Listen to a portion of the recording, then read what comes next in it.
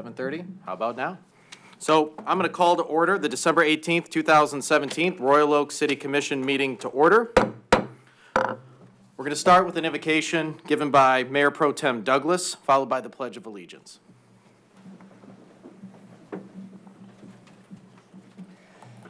Rather than bowing our heads, let's take a moment to look at those around us here in this room and at home.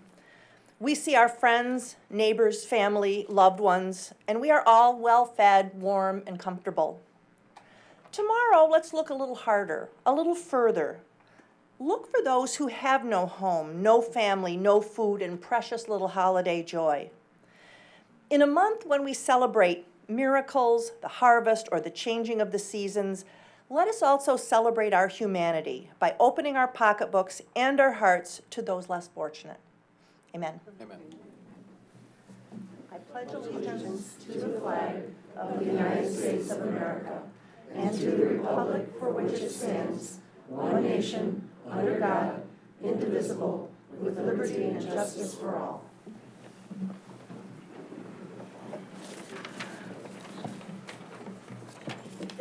All right, as chair, I'm going to take advantage of a privilege here with a few impromptu announcements before we proceed with the rest of the agenda. I'd first like to acknowledge that today is almost a citywide holiday, just this close. It's City Manager Don Johnson's birthday today. Happy birthday, Don. 39 years ago, he came down to this earth to help us with all of our city needs, and we're so grateful for your service, Mr. Johnson. Thank you. Just like Jack Benny, it'll be 39 forever. We look forward to your next 39th birthday, Don. Also, for many of you who have looked outside a window over the last week, there's been some snow, and some questions came about plowing, some of the things we do, and I have Mr. Rassel here tonight. He's just going to give us a quick 30-second update status and maybe a brief history of plowing operations that took place during the last couple snow emergencies here this past week. Mr. Rassel, can you indulge us? Sure. Good evening, Mayor, Commissioners. We call a snow emergency anytime we get 4 inches of snow or more. On Monday evening last week, we did get significant amount of snow in some parts of the city. Other parts of the city did not reach the 4-inch threshold, but there were several parts that did, so we plowed the entire city starting on, called a snow emergency on Monday night. It was early Tuesday morning before we started getting into residential sections. About the time we wrapped that up, we got hit with the larger storm on Wednesday night, and we called a snow emergency about 8 o'clock on Wednesday evening. And did all the residential streets. It takes us 36 hours, a little more than that, from the time we start plowing residential streets. And we will not start plowing residential streets until after the snow stops. And after the snow stops, we are required, we clear all the major highways, streets in Royal Oak, the mile roads, the major north-south roads before we get into residentials. Depending on the amount of snow, it could take us 4 to 6 hours after the snow stops before we start residentials. Once we start residentials, we get through in about 36 hours. And then after that, then we go to work on hauling the snow out of the parking lots, doing park sidewalks and the like on a straight time basis as we get time to do that. If anyone has problems with snow, I encourage them to call the Department of Public Service if they feel they were missed or there's some additional attention needed to their road, but don't call until after the 36-hour mark because people call in anticipation of being done and the trucks are still working. So, but that's where we're at. Hopefully got a little break. I understand there's another measurable amount coming in Christmas Eve, so we'll see what happens. Thank you, Mr. Rassel. All right, this brings us to item number 4 on the agenda, the proclamation congratulating the Royal Oak Women's Club. I believe Jean Watson is here tonight. Come on up. Is Jean here? Okay, well, if Jean's not here, I'll just read it from up here, and then we'll present it to her when she can make it. This is a proclamation congratulating the Royal Oak Women's Club. Whereas the Royal Oak Women's Club is dedicated to enhancing the community through their volunteer service and have allowed over 4,000 volunteer hours in 2016 and 2017. And whereas first projects of the Royal Oak Women's Club included providing sanitary drinking fountains in public schools and fire escapes in the high school, conducting the first community cleanup of city streets, and placing the commemorative bronze plaque to mark the spot of the Royal Oak, the inspiration for the city's very name. And whereas projects today impact every segment of Royal Oak's population, from Mary Jo Alden Baby Project to the neonatal intensive care unit at Beaumont Hospital, to sponsorship of youth sports teams, to working at the high school's all-night prom party, to the Welcome in Casserole program. And whereas the Royal Oak Women's Club also reaches people beyond the city's borders by participating in global projects like Operation Smile, World Medical Relief, greeting cards to veterans, Guiding Harbor, Girls Town, and the Bay Cliff Health Camp. And whereas scholarships are presented for 4-year health-related studies, a spring scholarship to a high school student and one middle school student is chosen annually to attend the Michigan Youth Leadership and Development Conference. And whereas members of the Royal Oak Women's Club serve on boards and commissions for other community and state groups such as the Historical Nature Societies, the Royal Oak Musical, the Greater Federation of Women's Clubs State of Michigan and Southeast District, and whereas the Royal Oak Women's Club will celebrate their 115th anniversary in the city of Royal Oak, and they are only just getting started. Now therefore be it resolved, I, Mayor Fournier, and the members of the Royal Oak City Commission hereby congratulate the Royal Oak Women's Club on their first 115 years and wish them continued success. So let's give them a round of applause and extension. 115 years is a long time, and they do good work, and we hope to see him around for another 115 years, of which I think Don Johnson will be 39 years old, right? Yes. Perfect. All right, this brings us to item number 5 on the agenda, which is public comment. So we have a lot of new faces here tonight, so I'm going to briefly read the rules of public comment. The City Commission values and relies on the input of our fellow citizens to make decisions. Now is the time set aside for the public to address the City Commission on any city-related issues, both on the agenda and not. I ask that the comments be directed to the City Commission as a whole and not to individual commissioners. Public comment is the only time tonight to address the City Commission on agenda items, as there are no public hearings scheduled for this evening. If you wish to speak tonight, please wait until recognized by me, the mayor, then come up to the podium. For the record, you will state your name and address. Please be mindful that the City Commission wants to hear from everyone who wishes to speak, so comments are limited to 5 minutes or less, and there's a timer at the podium to help you with your allotted time.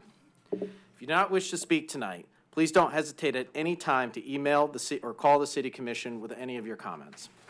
Please note that the City Commission will not respond directly to questions during public comment.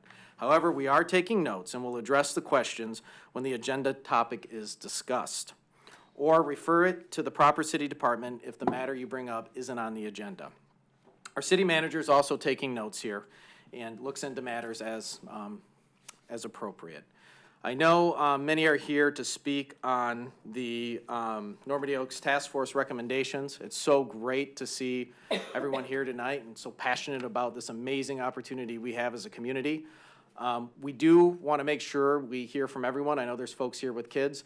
You have 5 minutes. You're entitled to use the entire 5 minutes, but you don't absolutely have to feel obligated. I know we received numerous emails, and I apologize. Personally, I couldn't respond to all of them, but I was very grateful that I was able to read and get through most of them today as far as everybody's thoughts on the task force recommendations. So if you want to come up and just state how you feel, that's great too. We want to make sure we have an opportunity to listen to everyone tonight. So with that, who's first? Wow, a lot of firsts. We're going to start with Mr. Rapinski. Thank you, Mayor. Mayor, City Commissioners, City Manager Johnson, and guests.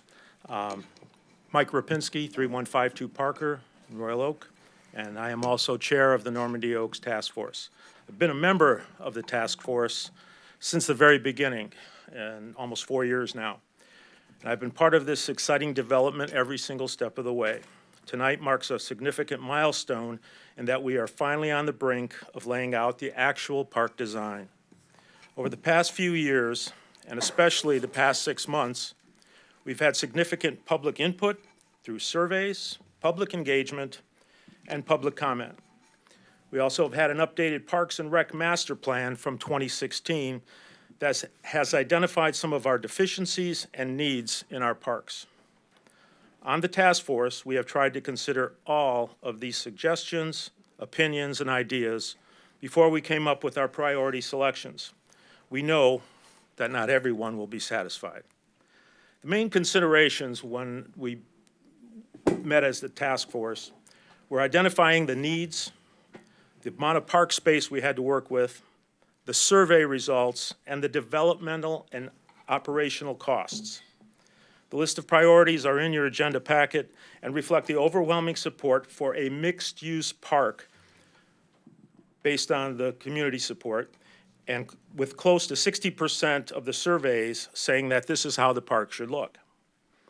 I'm certain that there will be other public comment tonight that will make the case that our list is incomplete or maybe even too broad. There was strong agreement that parking, restrooms, pavilions, playgrounds, pathways, and natural habitat would be part of the priority list. The two areas where there was debate are soccer fields, which are on the list, and splash pad, which is not on the list. I want to refer briefly to the 2016 Parks and Rec Master Plan, page 33, under General Facility Deficiencies. And it part reads, the playground equipment on multiple parks is in need of maintenance or replacement. There's also a need for more public gathering places in the parks, including pavilions and bleachers for playing fields. And there was also a need expressed for new soccer fields. That is from the master plan. A permanent full-size soccer field has been a need in our city for a long time. It was needed when I coached in the soccer in Roysa in the 1990s, and it's still needed today. We are always moving around fields based on seasons, and the kids playing on the full-size fields never know from one season to the next where they're going to play. And sometimes the fields are not in ideal condition for competitive play and maybe even for safety. There are over 2,000 kids playing in the Royal Oak soccer leagues, and 90% of those on the house teams are made up of Royal Oak residents and attend Royal Oak schools. It is 80% on the travel teams. We need this field at Normandy Oaks, and want to point out this will be a natural grass field and can be situated so that a minimal amount of existing trees and other plants will be disturbed. Most of the surveys and public engagement also identified a water feature in general, or a splash pad specifically, as a desired amenity. And I agree. A splash pad would be a great addition to our community parks and rec amenity selection, and of those that preferred a mixed-use park, a splash pad received 59% support out of 30 items recommended. And then that came in after restrooms and nature trails. Soccer was 53%. The consideration for not including the splash pad came down to cost of development and cost of operation. The build cost is approximately $500,000, which includes building all the infrastructure from scratch, like plumbing, sewers, electrical, pumps, and up to a $20,000 gallon holding tank for the recirculated water.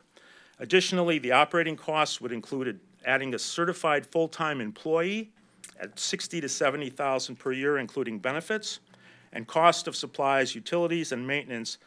Add those costs, and it would be another $130,000 to $150,000 a year. Where would this money come from in the budget? Something else might need to be eliminated. If you decide tonight to include the splash pad in this priority mix, there will be plenty of community support. And as I mentioned, the task force supports the idea. If not at Normandy Oaks, then someplace in the city. I only suggest that we do our due diligence and make a sound financial decision when we finalize the priorities to give to our consultants, Nowak and Fraus, where they come up with the initial design. I need 1 minute, Mayor. We might even have them do two designs, one with a splash pad and one without. At that point, we could have a chance to analyze everything from the location to costs before a final design is approved. Thank you. I want to wish everyone a Merry Christmas, Happy Holidays, and a very healthy and prosperous 2018. Thank you. Thank you, Mr. Rapinski, and thank you for your efforts chairing the Normandy Oaks Task Force. It's no easy task. It's pretty easy for us up here to make everyone happy, but I know your challenge is pretty difficult as well. Mr. Schwagel. Good evening. My name is Stephen Schwagel. Even though some of you already know me, I wanted to introduce myself anyway to the other commission members.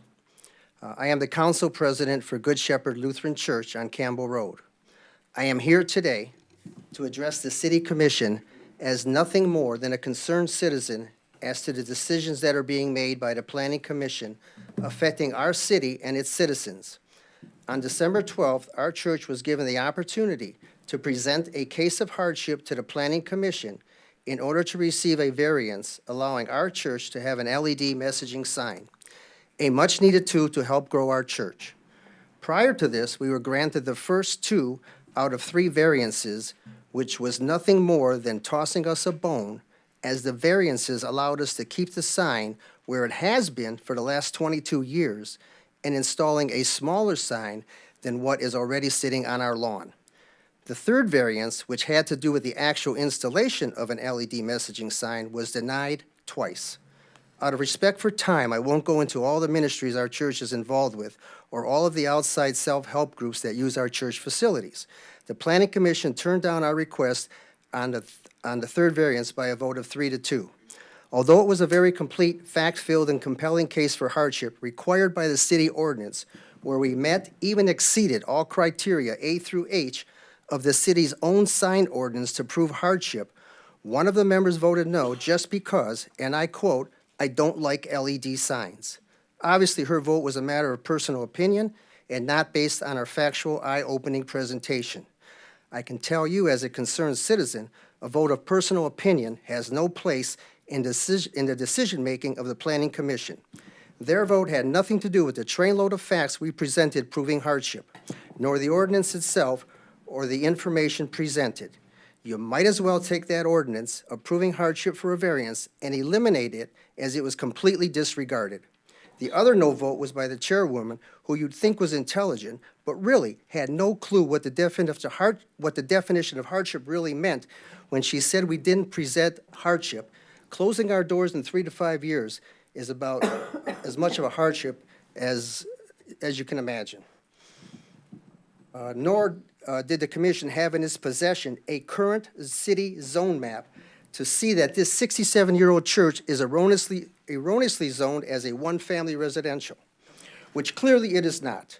Nor did they have a current city sign area map to explain why another very small church, 1 block down from us and open a mere 6.5 hours a week, is in Area 2, an allowable sign area.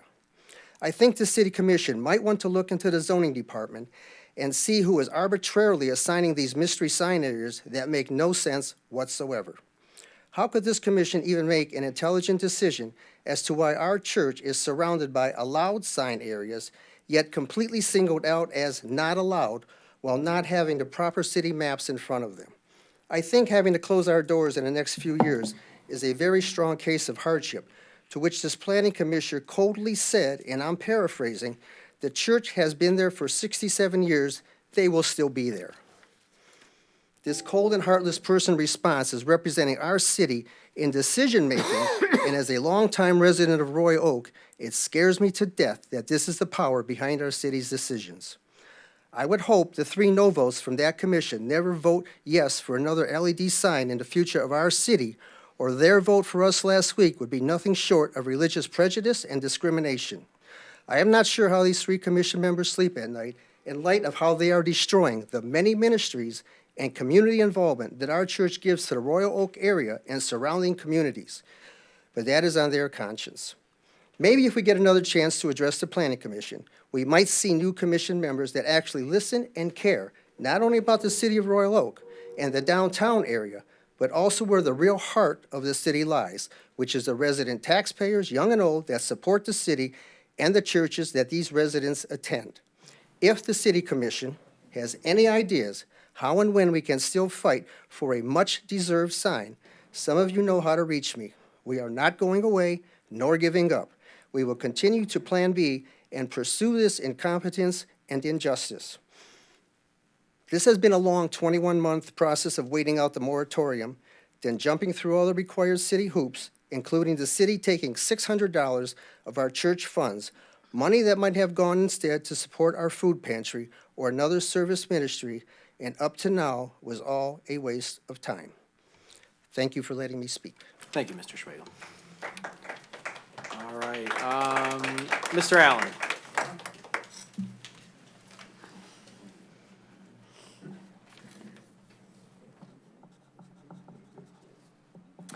My name is Tom Allen, and I live at 3055 Helen Court.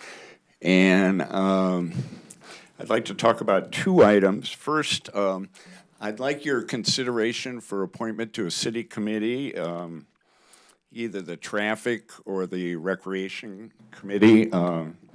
My qualifications for the traffic committee are I'm an engineer, and when I worked at Ford, I received the Henry Ford Technology Award, which is Ford's highest engineering award. So other people think I'm a good engineer. And on the Recreation Committee, I'm active in as a participant in the recreational activities and also as a provider. I speak in front of the Royal Oak Computer Club every month. So. Then the other thing I'd like to talk to you about is I'm treasurer of the Indian Mound Condominium Association, and Indian Mound condominiums are located at 12 and Crooks, which is right next to the Almond Star House, which I think there's considering a development. I can tell you that among our co-owners to a person, we are opposed to developing the Almond Star House. It is one of the oldest structures in Royal Oak, I believe, and it also has the last remaining portions of the Saginaw Indian Trail that went through it. So there's two reasons, historical reasons, for keeping that property as it is, and I hope you'll consider those. Thank you. Thank you, Mr. Allen. Yes, ma'am, here in the blue. Yes. Nope, ma'am.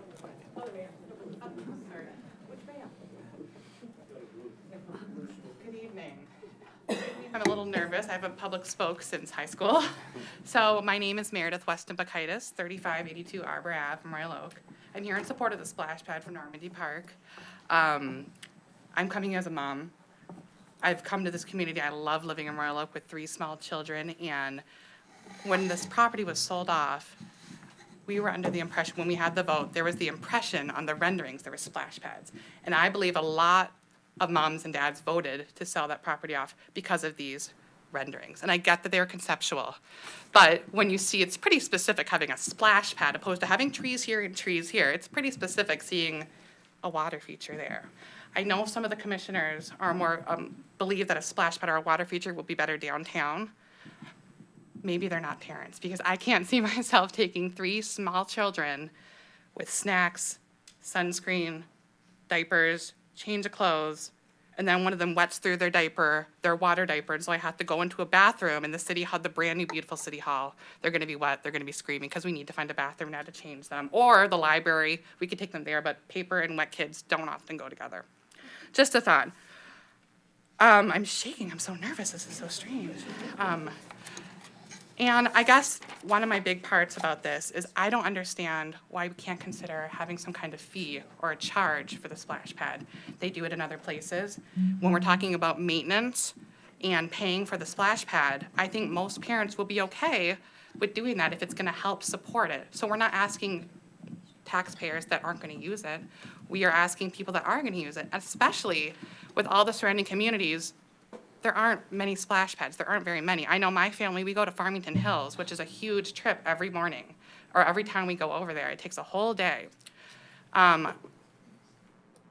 And if we can go there on a daily basis or a couple times a week, that would be amazing. And I think people from the surrounding cities, Birmingham, Clawson, Ferndale, Troy, there isn't that around. And so I think they would also pay that, maybe obviously a little more because they're not residents of the city of Royal Oak. So if we haven't considered that yet, or if there hasn't been a study on that yet, I really think it should be considered. I'm not anti-soccer fields, I'm not anti-pathways, but the list that I printed off, the Normandy Oaks Task Force recommendations, to me, they're really vague.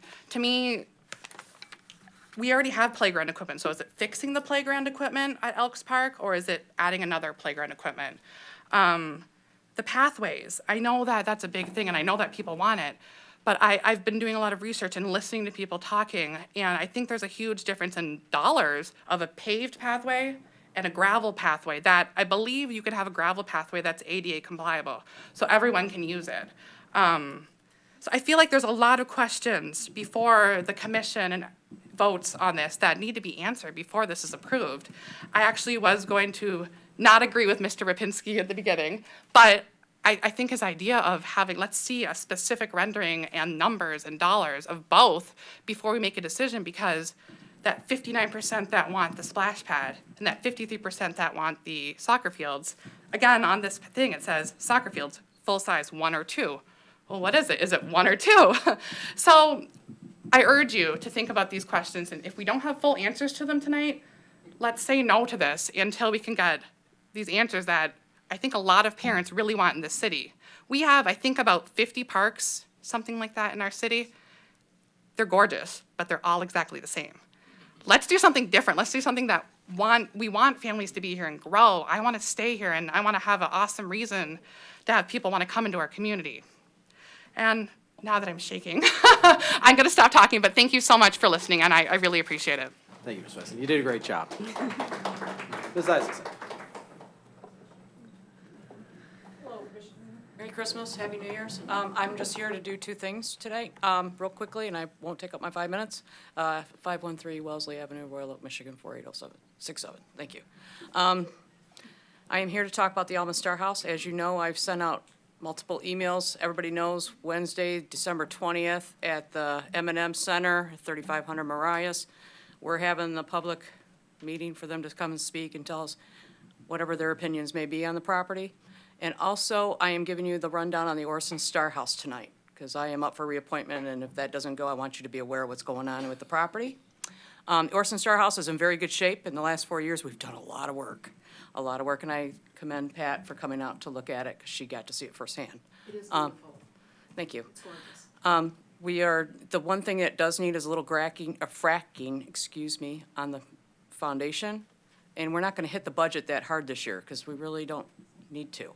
So I'm hoping that we can get that done this year, and we have plans submitted right now to the Planning Commission to redo the kitchen and get that back to the 1915 era, which right now it's 1960 with the plywood cabinets and stuff. So we're waiting to hear back from the Planning Commission, and then they can rock and roll and go. We've got 3 bids for that, so I'm excited to get that hopefully done before. Anything else is, the paranormal tours are still going. We've approved that, so we're going to be doing that again from April to November, probably once a month. And we're looking into doing British cheese. I did have a young lady that was going to do that, but unfortunately she got a job offer in New York. Kind of hard to commute from here to New York every day to do a British cheese, so we have somebody else lined up from Fort Wayne. Thank you for your time. Thank you, Ms. Isaacson. Yes, and is that Ms. Makar?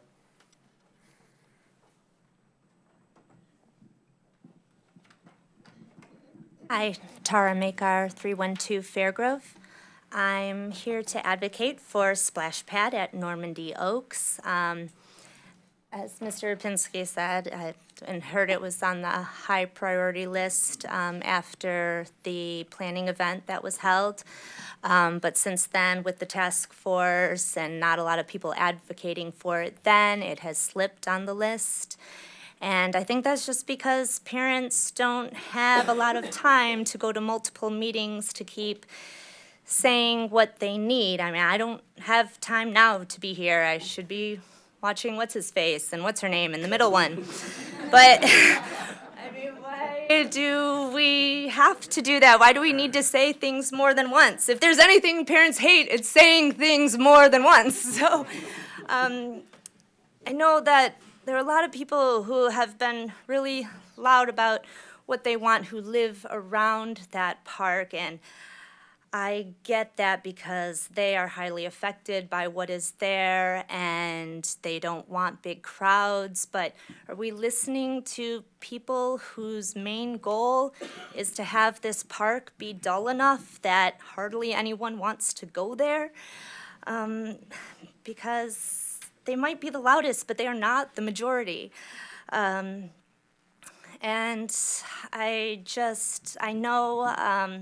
I know it costs a lot, but things that are nice cost a lot. And I don't want to spend our money on making this park very similar to every other park that we already have. So, I know it. I get it.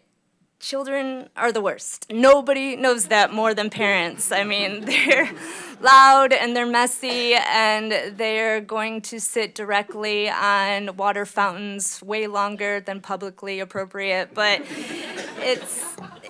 they're here. We inexplicably keep having them. Please let us have this. I assume that the commissioners that have young children are going to vote for this. I think newly seated commissioners have said they are pro-family. Just be accountable, keep your promise. Don't be the reason we can't have nice things. Thank you. Yes, ma'am. In the aisle? Yeah, right here, about 3 rows back. Yes.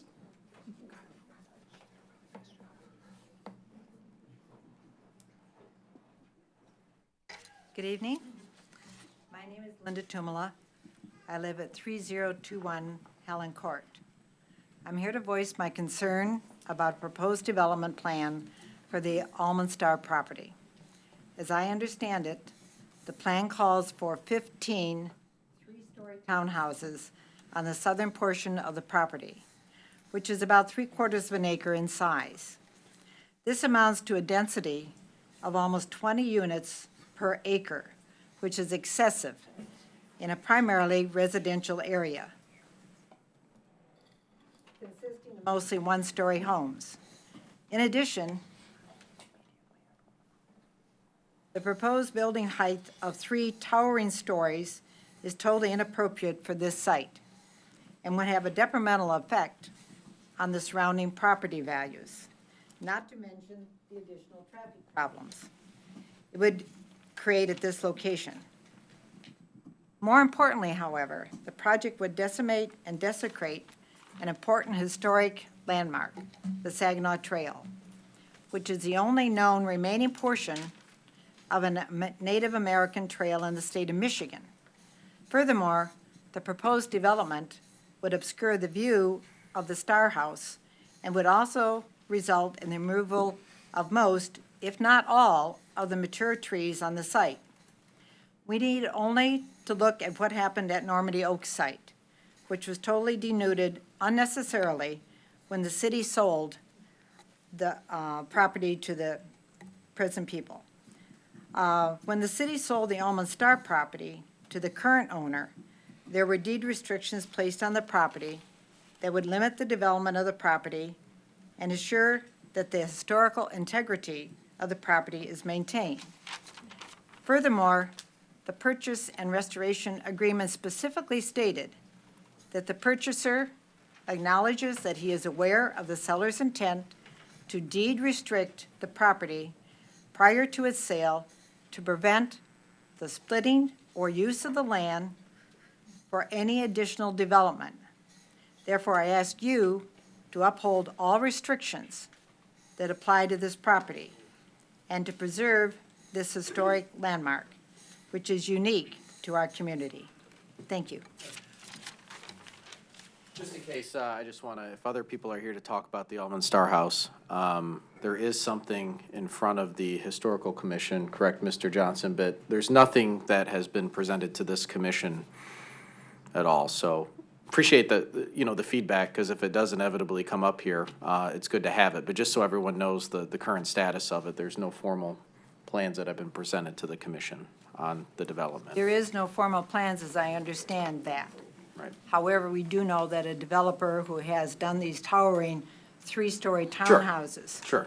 has shown an interest. Yes, that's true. And it will be detrimental, especially to the property owners behind there and to the historic part of that property. Yep. Thank you. It's not appropriate there. Okay, thank you. Mr. Mayor, just to follow up, if I understand that Wednesday of this week is the date when the historical. Yes, Ms. Isaacson, yeah, if you have any opinions for the Historical Commission, on Wednesday of this week at the Senior Center, they'll be having a meeting to get your feedback. And it's helpful to have your if you're still here tonight to speak on it, great. But I just wanted to make sure everyone was aware there's nothing formal in front of us. Yes, sir, in the back. Yes, with the tie.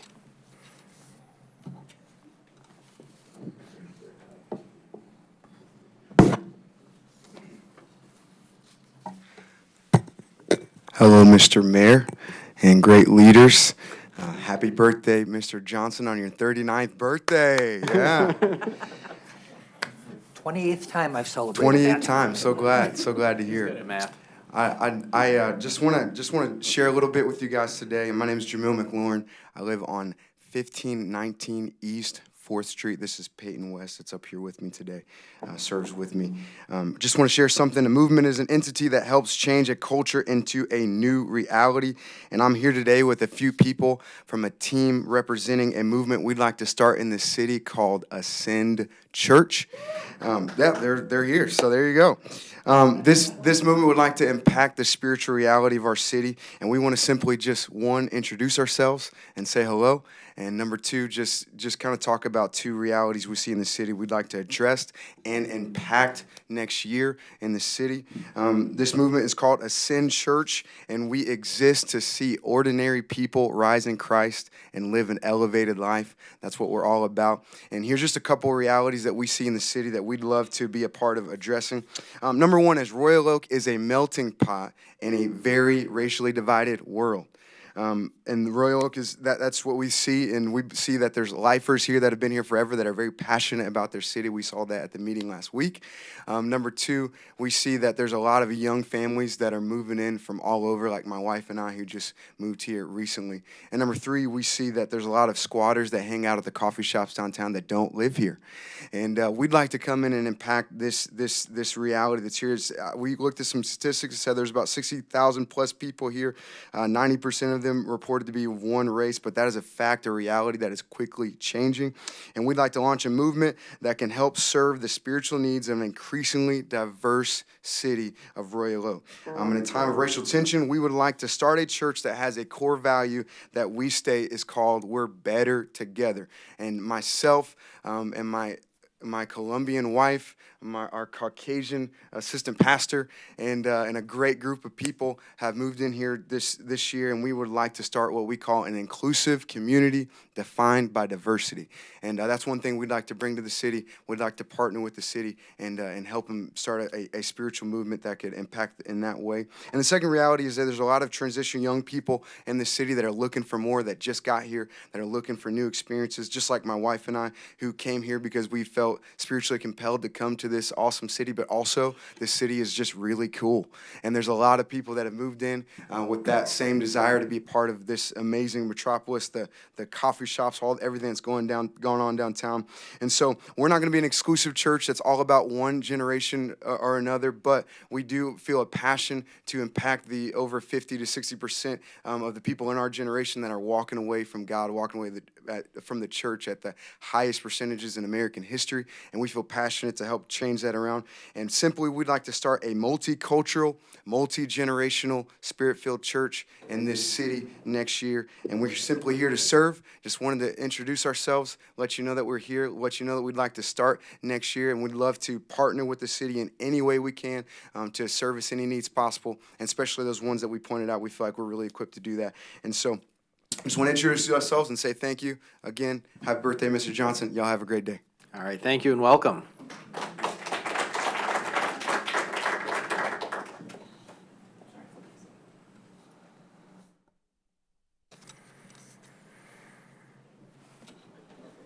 Hi, I'm Claudine Gedeke, 810 North Alexander. I'd like to speak on behalf of advocating for the splash pad at Normandy Oaks. I know that Royal Oak is one of the best cities in Michigan, if not the country, to raise a family. And I just really encourage the commission to reconsider the proposal of the final plans to include a splash pad. The voices of families have spoken, and I hope you'll listen.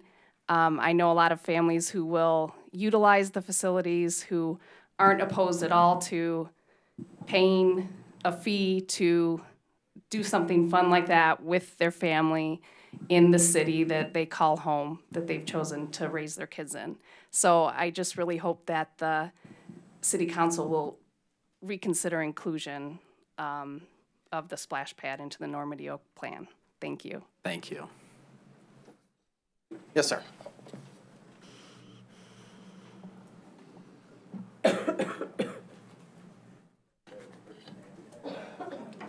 Good evening. My name is Alan Tumala, 3021 Helen Court. As a 55-year resident of Royal Oak and the current vice chair of the Historic District Commission, I, along with a number of concerned citizens, wish to voice my objection to the proposed development plan for the historic Almond Star property. The plan, if enacted, would destroy the most unique and important historic property in the city and desecrate a Native American artifact, which is the last of its kind in the state of Michigan, the Saginaw Trail. I recognize that the owners of the property have a right to sell the property and to expect a reasonable return. Therefore, I urge the City Commission to get creative and to work with the owners to achieve a settlement that is fair and equitable to all parties, and one that would preserve this unique historic property for posterity. Thank you. Thank you, Mr. Tumala. See a hand way back there. Yes, you have a paper in your hand, waving it. It's a little dark back there, and my eyesight isn't the perfect these days. No, you're good. And I've given up on colors because they all change. It just gets confusing sometimes when you go that far back. No, I get it. Hello, commissioners. Appreciate the time. My name's Dan Alpert, A-L-P as in Paul, E-R-T as in Tom. I live at 1202 Wyandotte Avenue in Royal Oak, obviously. I'm here on behalf of, to advocate for the soccer fields with the Normandy Oaks Task Force. Just a little bit about myself, not that it really matters. Some of it is relevant, though, but I grew up in a village in northern Michigan, 319 people according to Google today. A couple months ago, it was 351 people. My mother, my father, my aunt, 2 grandmothers, all are musicians, including myself, maybe my boys someday, and my grandfather. He was a symphony conductor at U of M, MSU, Eastern, as well as 16 years at University of Illinois. And I saw him guest conduct Chicago Symphony and Detroit Symphony. I met my wife 20 years ago at Central Michigan. We actually kind of got to know each other more on the snowboarding class that we took. Her father doesn't think it was a great use of the money. I think it was wonderful. We've lived in 5 houses here in Royal Oak, have 2 boys, currently own 2, both walking distance to downtown. We have 1 dog, 1 cat, and I couldn't figure out how to do the partridge in a pear tree thing. My wife owns a company that caters in Oakland County to schools to help teach children 3 to 8 years old how to live healthy. She teaches all 9 main sports as well as nutrition, so what vitamins do what vegetables, what fruit, and the impacts that they have. Her enrollment's grown from 0 to 400 in 2 years. This is kind of a long lead into what about soccer, though. I played since I was 4. I tried football, baseball, track, soccer, hockey, everything. But I found I just loved soccer. So since I wasn't inherently physically gifted, like my boys are, at any of them, that love actually helped me become a somewhat decent player. So I chose soccer because I loved it, not because of any real talent. And not that it means anything, but I also grew up in a farm. I worked on a farm all growing up north, and we have farmland down in Illinois. So I'm here to speak on behalf of the soccer proposal, but I'll explain my personal feelings. But first, I'd like to point out concerns that I see validity in. One is loss of green space or environmentalism. 2 is people who bought on the course. They bought on a course, so I get it. And then the congestion and noise. So I think, like with anything, in order to make a conscious effort you should have to understand and be able to understand each side and understand their objections. ROFC has grown on a slope that far outstrips any of the other programs here in Michigan. The leadership during open meetings, I'm not on the board. I just hang out and coach my kids and watch a lot of the other kids play. But they continue to stress, this is for the community and this is for the kids. Not necessarily travel kids, not really competitive kids. This is for the rec kids. And they've said this during the meetings that this is for the rec kids. These two points should show just the leadership that they have and the influence that they've been able to grow it better than any other city in the state. I think it's the second largest now in the state. And we're, what, 59,000 people in this state. And we're as big as Canton, which is almost twice our size. So it should show an ability for them to motivate their peers and their members. So imagine, what they can do to be able to help with environmentalism, whether it's creating a citywide group activity of planting more, good CO2 scrubbing trees, or helping conscientiously prune what foliage or trees and parks that we do have, or taking it to another city, because we're humans, not just Royal Okians. To my point about rec players, they openly admit that if a child has the aptitude in the sport to potentially be a larger boon to that child long-term, that there's other programs that may be even better competitively at this point. I think that goes to show their character and the altruism that they bring. So they want this for the kids and the city and the community. And good leaders should have the people in mind, not just where they live or unfortunate circumstances around a golf course that they bought a house on. I recently had an unrelated conversation with someone where I pointed out that my first priority are my boys. And not really relevant to this, but I'm going to share a story about when I was a boy. I grew up in a very small village in northern Michigan. Spent my weekends on the field. I woke up on the weekends, ate breakfast, gave my mom a hug and a high five, walked down the street. So I lived at 321 Main Street. I probably walked half a mile. Found my other friends, and we'd walk to the fields. This tiny little town created a field like this. So they created irrigated, nice, wonderful fields. 319 people, largest school district in Michigan. So we'd go down there, we'd kick the ball, we played pickup. The older kids would teach us, as young kids, how to play, how to be older. And they also had it in a wooded area, much like kind of how I envisioned Normandy. I'm running over, I'll make it quick. But we'd go through the woods and we'd become understanding of our environment and play out there. So I've lived in this community for a long time. The noise and the congestion is a valid concern. I think it's valid, but I think the sounds of kids are better on the ears than anything else. So I don't care. My wife gives me the sidelong look where she kind of looks at me like, don't laugh at that, but I don't even care if my kid toots. It's funny. It cracks me up. So while I love birds, trees, bugs, trees, I think I said trees twice. I really like them. I love the sound of my boys more and their laughs. And that's what I think this can bring to Royal Oak. So sorry for running over, but Thank you, Mr. Alpert. Okay, yes, sir, here on the end. Yes.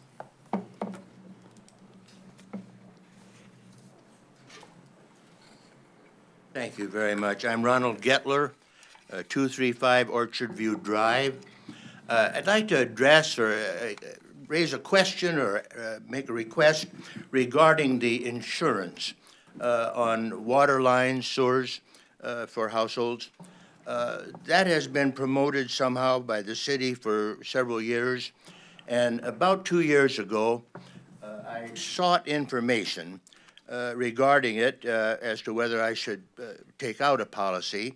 And I inquired on people over on Campbell Road and was led to given the impression that the incidence of either of these was really quite low in the city as far as they knew, and that if I were to do anything, maybe I could get a policy on sewers.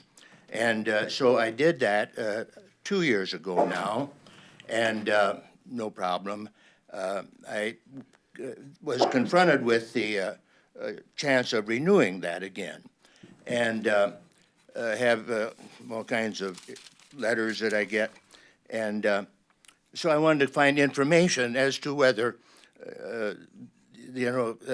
what kind of company this has been, what incidents there's been through the year, it responding to needs in the community.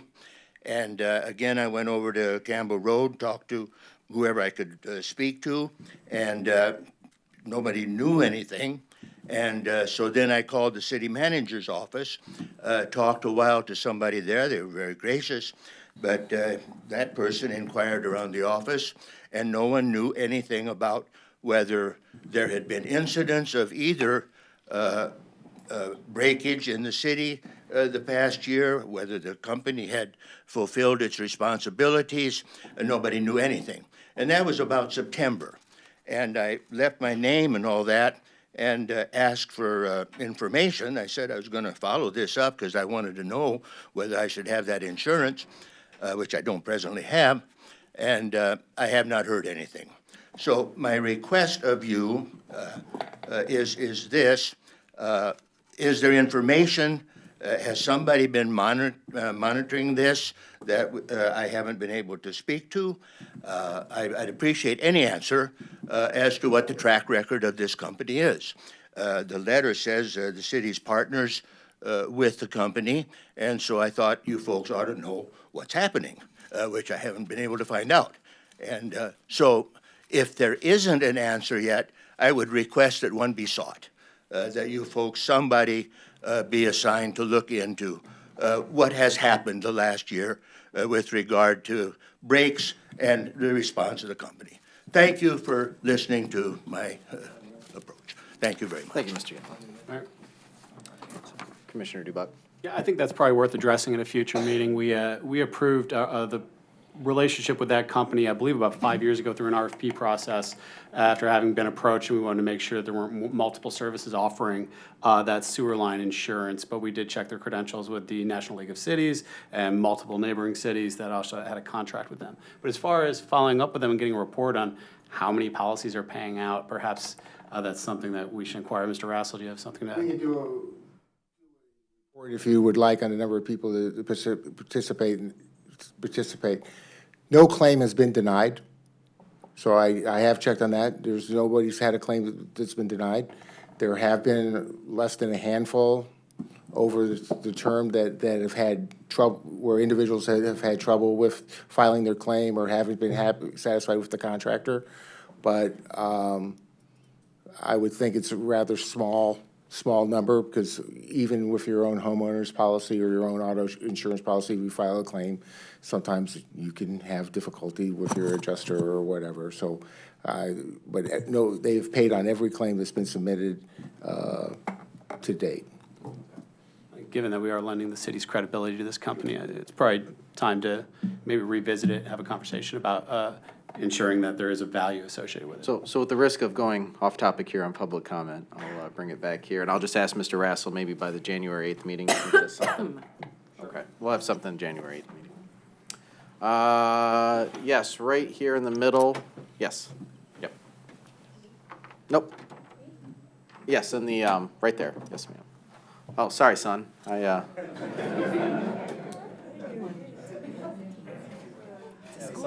There you go. My name is Sam Mullen. I live on 919 East 6th Street. I'm a junior at Royal Oak High School, and I've played for Roysa, which is now ROFC, since I was 5 years old. I'm speaking up in support of having 2 full-size soccer fields at Normandy Oaks. There are many small fields marked up each year for younger players in Royal Oak, but we have a real need for a larger, well-maintained field for us older premier players playing competitive soccer against other competitive premier teams. We have a couple of temporary soccer fields, but they're shared with other sports, and we only have one, which is Quickstead Park. That's really the only dedicated soccer field. Having 2 new fields at Normandy Oaks will give us and future generations the same advantages that the kids have in Troy, Rochester, and Clawson, and we have at least 2,000 families that are a part of ROFC. The fields that our club plays on have been used for many years, which has left them in very poor condition and overused. It also increases the risks of injuries from the fields being flooded and uneven. Being able to have 2 new fields will help our club become stronger and more competitive. Quality fields and a beautiful new park will be an asset to our city. Our club has grown significantly in the last 5 years, and our skill level has also increased. We ask that the City Commission please vote for the development of 2 dedicated fields for players like us and for those to follow in the future. All right, thank you. My name is Ella Schultz, and I have played for Royal Oak Football Club for 2 years. I have also played for Troy Soccer Club for 2 years. We need to dedicate 2 11v11 soccer fields in Royal Oak. Troy Soccer Club has much nicer facilities that are dedicated to soccer. TSC has a total of 2 11v11 fields within 2 of their parks. Both parks have facilities with real restrooms and concession stands. All fields have stands for families to sit and watch. When we play at home, our parents and grandparents have to drag chairs across a softball diamond just to have a place to sit while watching us play. If someone wants to use the bathroom, there is one porta-john, or they must drive to a nearby gas station. Both Rochester and Madison Heights have real restrooms and concessions at their fields. We should take the same pride in our community as them. It is challenging to play on our fields. We play in the outfields of softball diamonds. We have games in the outfields while softball teams practice in the infields. The outfield is designed for softball, not soccer. The fields aren't flat, and there are rolls and dips and holes, making them almost unsafe to play in. The fields don't drain after it rains, and the grass also rarely gets cut. Sometimes we play with grass up to our shin guards. We don't have soccer fields, we have soccer pastures. Some people think that an open area can be a soccer field, but that just isn't true. I'm sure we all know the math saying all squares are rectangles, but not all rectangles are squares. Well, that similar logic can be used for the Royal Oak soccer fields.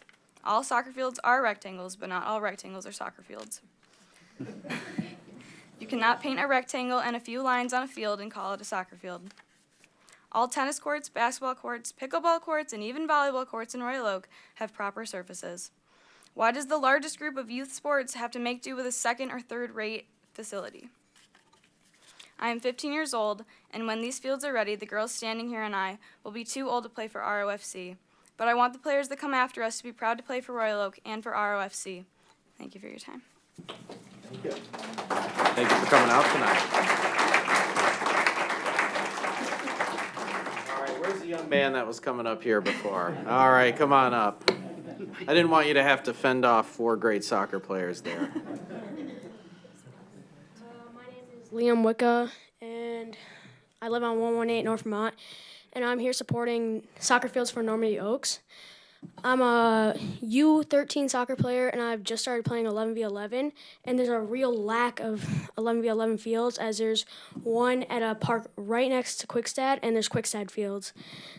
The fields have potholes, holes going up, and everything, dips and everything. It's really hard to play. The conditions are really bad. Imagine you working at your desk and you have bumps on your desk and you're writing with your pencil and you're ripping into your paper. That's like us. We want a fine stroke on our ball, but yet we're not. We want full-size 11v11 fields because we want to actually practice on our skill level, to practice our outside-the-box shooting and on our regular goals. That's why I want the 11v11 soccer fields here. Thank you. Thank you. Well, these kids are great with their analogies, I tell you. Is that Marie Donegan I see back there? I don't know why I thought I'd be here all by myself tonight. What was I thinking? Hello. I am Marie Donegan. 503 Poplar, and I am the chair of the Local Transit Task Force, and I'm here to invite everyone to the second meeting of this task force, which will be right here Wednesday night, December 20th at 7 p.m. Sounds like there's a lot of competition for that evening, but that's what makes Royal Oak great. You can also watch that meeting right here on WROK. And I want to thank all the members who came and the public who showed up last Wednesday when there was a lot of snow outside. It's really a hearty group that came. So last Wednesday, we started to hear from some stakeholders, groups who in Royal Oak have an interest in having additional transportation options. We heard from Paige Grombowski, who's our senior programs coordinator here in Royal Oak, and we learned that Royal Oak citizens who are 60 or older, have disabilities, have good but limited service, and that it doesn't operate in nights and weekends. We heard from Mary Beth Fitzpatrick, superintendent of Royal Oak Schools, with 1 high school, 1 middle school, 6 elementary schools. These schools weren't made for high traffic volume that they get. And many parents have said they want additional transportation options too. And so we talked a lot about how can kids use public transportation, and the answer is sure they can. They do it all over the country. Obviously, many logistics have to be considered, so we'll be doing that. We heard from SMART, our local bus service, Transit 101, what is good public transit? The answer is frequency, span, and coverage. So we also heard from Smart Service, how does it and will it serve Royal Oak? There's some really great service changes coming our way. So this Wednesday, we're going to hear from more stakeholders since a lot of them couldn't get here last Wednesday. We have a really important Boys and Girls Club discussion that we need to have. They have lots and lots of students who want to get to the facility after school but simply can't, and there's a 300-person waiting list for the bus that they do have. We want to hear from the Detroit Zoo. Clearly, they have an issue. I think the issue is more ours, is that we have huge traffic jams at one of our biggest intersections on good zoo days. Beaumont Hospital clearly has a need to get people to the facility. And we want to hear from the Chamber of Commerce and the DDA, because we know we have lots of restaurateurs and retailers and events that could use transportation options. We'll again hear from SMART. What kind of a partnership can we have with them to increase local transit service to everyone through our community partnership program? And how much will it cost? The big important question, to own, operate, maintain, to purchase the buses and all of the bus stops and all of that. We're going to look at the draft plan, the very, very draft plan we have been calling WROK. It includes fixed route service, which is buses that run on the same road every day that operate on a fixed schedule. But what we were really looking at in conjunction with that was flexible transit, like we have with our senior service, but that would be open and available to everybody using modern technology to operate it, kind of like Lyft and Uber, and how all does that fit in. So we're also going to discuss what priorities do we think are emerging in the minds of the task force members. What have they heard and what do they think so far? We also will be talking about future meetings. We think we need to hear a lot more about technology options. We don't want to plan a system that's already obsolete. We want to make sure we're on the cutting edge of everything that's available to us. We'll also have work sessions so we can dig deeper into this whole question of public schools, public transit, and possible expansion of our senior transportation program. I think that's a big high priority for everybody. And we'll also answer all the questions. I know from talking to task force members, questions are piling up, and we have to find a way to get answers to them all as we prepare for a robust public engagement program in January and February, where we'll take the show on the road and hear from as many people as we possibly can. What would you think about an alternative transportation system for Royal Oak? So that's this Wednesday, December 20th at 7 p.m. right here in this room. Thank you. All right, thank you, Marie Donegan. All right, we're going to try something a little different here. It's 8:35, and I know children have to go to school tomorrow, so if there are any parents here that brought their kids or any kids here tonight, raise your hand. All right, yes, ma'am, here in the front, yes. Because I think we learned from Miss Makar, you know, kids are fun, especially when they don't have much sleep. I appreciate it because it's about 35 minutes past their bedtime. I'm Molly Copeland. I live at 3810 Elmhurst. I'm another mom who is slightly awkward speaking in front of people, and I'm also a mom who doesn't have time to come to these meetings. We're here to talk about the Normandy Oaks and having a water feature there. Before I moved to Royal Oak, I lived in Huntington Woods, less than 2 blocks away from their community center, where they have an amazing pool, library, and a million things that bring the community really together. And I think that in addition to soccer fields, a splash pad, or I'm even throwing out pool, is something that could really bring, you know, people together at a park. And there's a million, or not a million, but there's 50-some parks in Royal Oak, and they're all the same thing. The park right next to it already has a play structure that we are very happy playing at. So I just encourage you to consider the splash pad. It's something that would bring the community together. I'm not concerned living less than a full block away from it about traffic or noise or anything like that. I just know that there are a lot of kids who would really enjoy having it there, and it's not something that the city already has. So if you could consider that, it'd be fantastic. And this one would be very happy. Thank you, Ms. Copeland. All right, anyone else here with children tonight? Yes.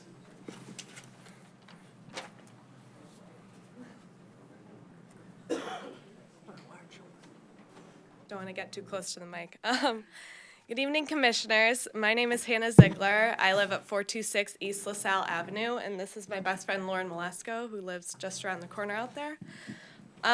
We are both players for the Royal Oak FC 2001 Girls Green Team, and we are here to advocate for 2 new soccer fields to be a part of the new Normandy Oaks Park. From the perspective of a player who has been involved in Royal Oak soccer for the past decade, including 2 new soccer fields is crucial to further growing the Royal Oak community as a whole, not just soccer. In the time that I've spent as a player and a volunteer coach for Roysa, the Renegades, and ROFC, I have had the opportunity to watch the game of soccer grow firsthand. With this growth comes an enhanced obligation to develop the next best players on the next best fields. My own team has played games on every surface that you can imagine. From mud-ridden goal boxes to grass that could have been cut by hand, we've seen it all. Despite this variation, one thing has always stayed consistent.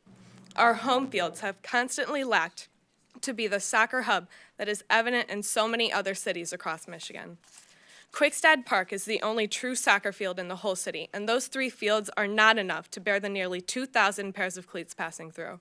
We spent countless hours repurposing parks, baseball fields, and other surfaces into soccer fields to no avail. But now our community has the opportunity to give us players a first-class home field at Normandy Oaks. The inclusion of these fields would give the committed players, coaches, and everyone involved in ROFC a place to take their games to the next level. The desire for these fields is not born out of personal interest. After all, Lauren and I only have 2 full seasons left as ROFC players. However, I care tremendously about making Royal Oak the soccer city that our community has worked so hard to foster over the past 40 years that Roysa has been around. We need these new fields for all of the ROFC players to come, who shouldn't have to grow up to hope and pray that their home field drains quick enough to play, or be afraid to chase a ball down because of the uneven, makeshift, and dangerous surface. These problems that have faced my team and so many others, ones that often make us look forward to playing away games, should not and cannot be passed down into the next generation of players. With that said, the inclusion of 2 new soccer fields in Normandy Oaks would invest in both the present and future of our city. Please consider the implementation of these 2 fields in the development of the park and help our community give something to everyone in the city that is irreplaceable. Thank you. Thank you. I see a young man here in the aisle. Come on up.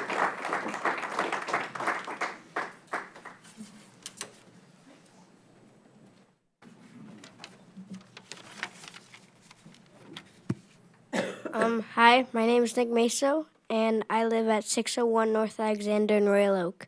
I love playing soccer with my friends, and Royal Oak doesn't really have any good soccer fields where we can meet up and play. Besides Quickstead, there really isn't any 11v11 fields in Royal Oak, and me and my teammates will need more fields as we get older. I don't really understand why anyone is against having multiple fields at Normandy Oaks for kids to play at and why we can't have them. Normandy Oaks is so big, and soccer fields will only take up about 10% of the park. And having soccer fields won't stop us from having other fun things at the park too, which I want. Please consider putting in soccer fields at Normandy Oaks for me, my friends, and teammates to play at. I think it will be really fun. Thank you for your time.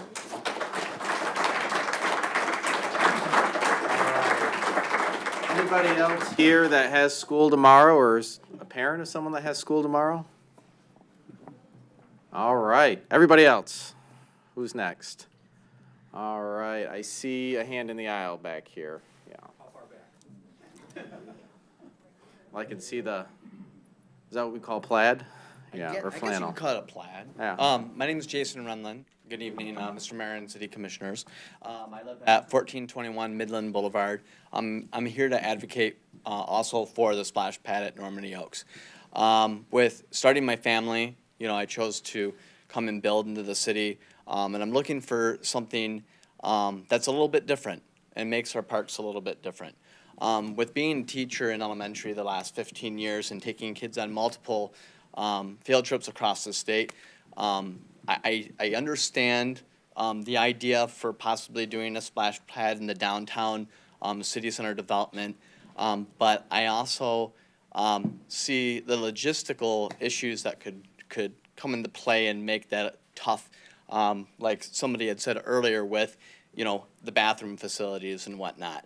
Having it at Normandy Oaks and having all the amenities that are also already planned to be in that, if approved, would jive a little bit more, in my opinion, with the splash pad at that location. In 2013, the University of, I believe it was Georgia, did do a study. Yep, University of Georgia. It was the Archway Partnership.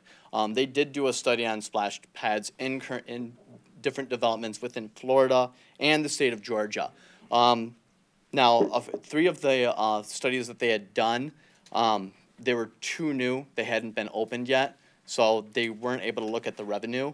But 2 of the cities showed a break even when they had a small substantial admission fee of $1 to $3. Those were cities that were slightly smaller than ours. One I believe was a 37,000, and the other was a 48,000 population city. There was another city that I wouldn't consider a reputable number. They had a 0 revenue, but that was a lot larger city. So we know that other cities in the country are able to at least have a break even with the cost of the obtaining maintenance costs, which we know is a concern that some people have also stated earlier. So that's about what my opinion is with it, and thank you for your time tonight. Thank you, Mr. Rowland. Yes, sir, here in the corner.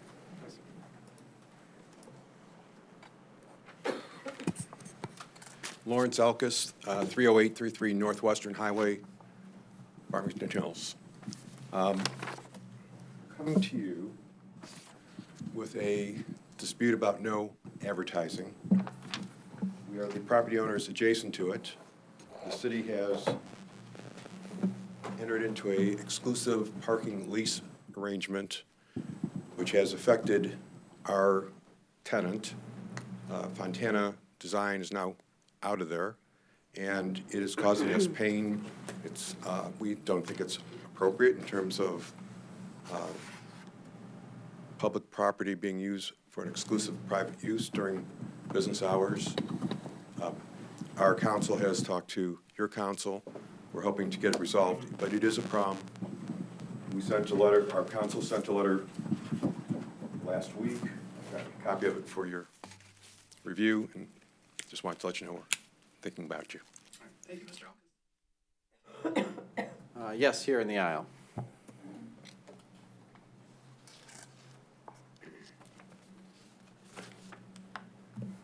Good evening, Mayor, Commissioners, and Manager. My name is John Moore. I live at 901 North Wilson, Royal Oak.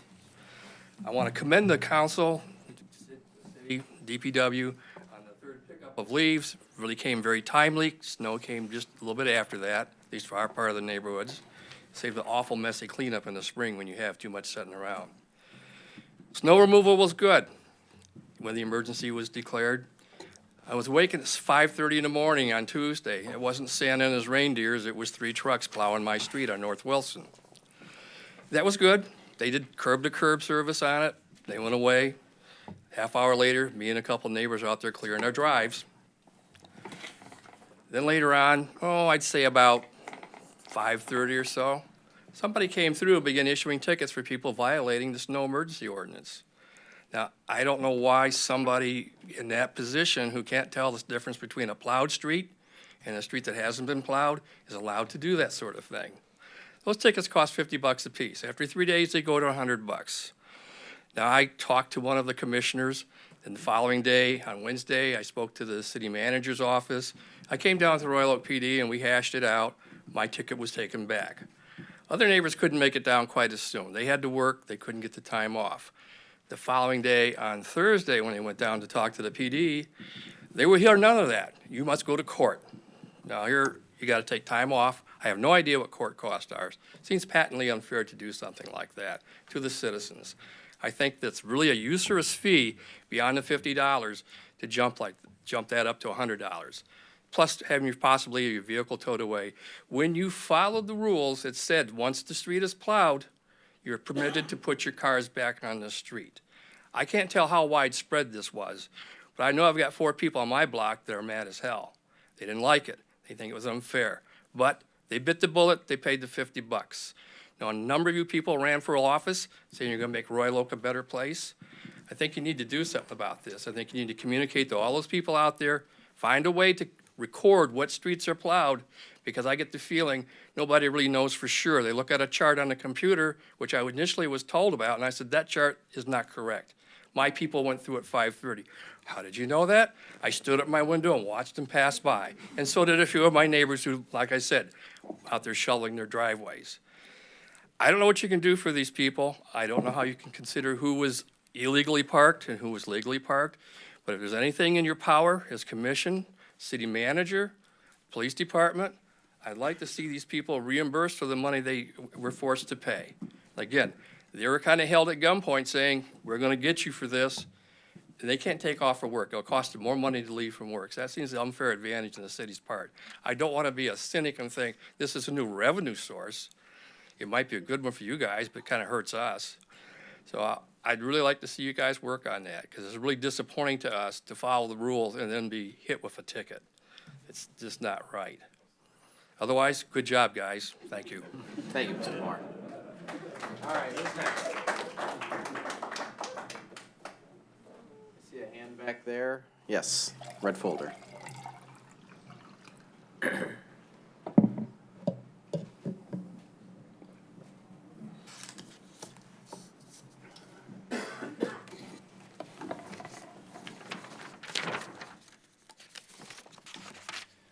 Evening, Commissioner. My name is Patrick McGee. I live at 4524 Elmhurst. I've spoken to you guys many times. I'm a very detail-oriented person, so I appreciate the fact that you guys had took the time to respond to my email that I sent you guys about the Normandy Oaks Park and some of my concerns about it. I'm not going to go into the details of that. They'll keep it real short. So as you guys are debating, and I appreciate in great help from Mike Raspinski over there in the Normandy Oaks Task Force. Their time and energy, their back and forth of weighing options, and the great conversation that took place on the 7th of December meeting where the splash pad was brought up and was debated and was discussed. So the 2 questions I just want you guys to keep in mind as you debate later this evening is, what's the impact going to be to the local residents within the half-mile square radius of that area? And keeping in mind, I'll just comment one thing, as the housing development went in, the damage, the destruction of the 137 trees that were removed, and now the circumstantial flooding that occurs both at the park, the surrounding streets, and the dust that was created when those trees were removed is something to consider as you guys go forward to debate the amenities that will go into this park. I'm sure once we're all done, the park's going to be great. You guys are going to do a great job, no doubts. But construction is construction, and it's sometimes messy. So as you guys are debating this, keep that in mind. Some amenities require more construction, and some amenities require less construction. So I won't take the time to read the whole read my whole letter, but you guys have it in your email. Appreciate it. Thank you. Thank you, Mr. McGee. And we always appreciate your thoughtfulness when you come to public comment. I see a hand way back there in the back corner. Yes.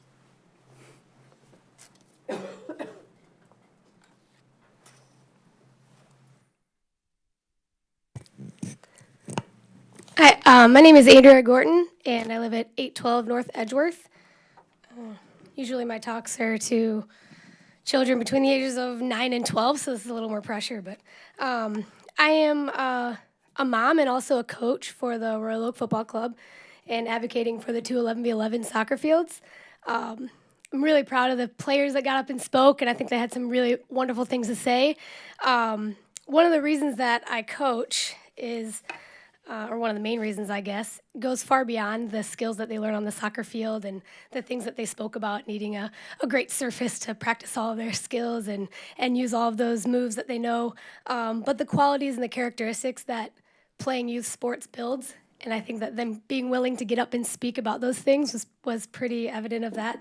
And that goes far beyond and for many years into their careers. So I think that having the facilities to meet the needs of players, not just at the younger ages, but also at the older ages and into the ages of high school is really, really important. To lose those players at age 13, 14, and a little bit older to go play at a community outside of Royal Oak, they might lose that sense of community.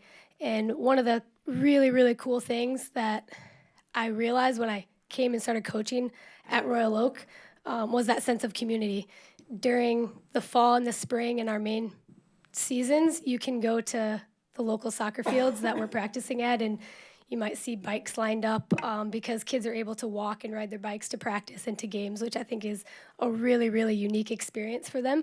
And I'd like to see that continue as they get into the older ages. As far as the crowded streets and things like that during games, you can limit the time frame that games are scheduled and accommodate and be respectful of the neighbors and in those ways. Make sure I hit points I wanted here.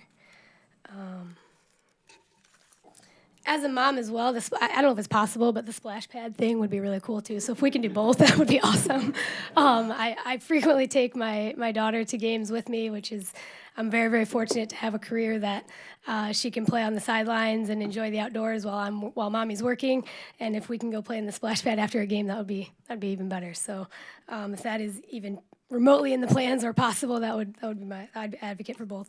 But I think it's really, and it's something that the community does need. And I think as many participants that this community has in soccer, they've said over 2,000 kids are playing, and it's a need. They need facilities to be able to play that sport and to continue to grow as young male and female people and continue to be strong supporters of the community and learn those qualities through sports. And if we can help meet those needs through the facilities, I think that would be a really great thing. So as a coach and a mom, I can't speak enough about how important it would be and how great it would be for the community and providing this for the children and for the families. And I'd like to see that continue to grow. So thank you for your time. Thank you, Ms. Gordon. Yes, in the far back.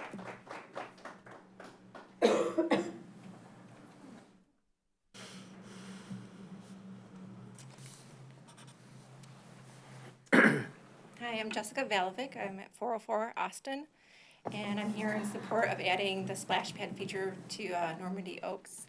I think it's been just very disappointing that it's taken over 3 years just to get to this point for the park, and to find out that the splash pad feature was not included was really surprising and seemed really unfair. It's an amenity that was included in every survey and press and communications about this park in the past 3 years. And to now say that it's too expensive seems like, that information should have been discovered sometime in the past 3 years, and communicated to us.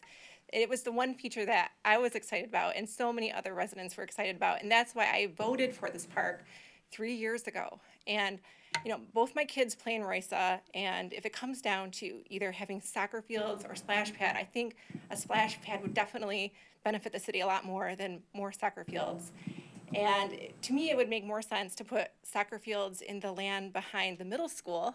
I mean, it was converted from high school to a middle school 10 years ago, and I live across the street from it, and the football field there rarely gets used. We could convert that area to a park and make that area soccer fields. And there's bleachers and scoreboards and facilities there, and it just makes more sense to me to have it there. So please add the splash pad feature back into the list of amenities. Thanks. Thank you, Ms. Malley. Yes, in the back, I see a hand up there. Yes, sir.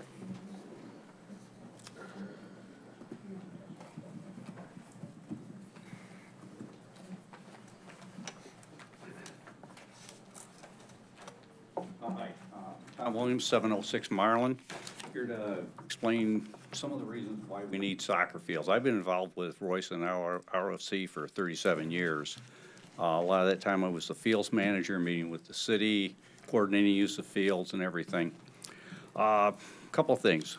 Over the years, we have lost use of 11 soccer fields. A lot of those were school sites where the schools were sold and it's gone. We've lost a lot of green space that we had for soccer fields. Some of them were city parks where the city just decided that we couldn't use them anymore, including we used to have 2 lighted fields that we no longer have.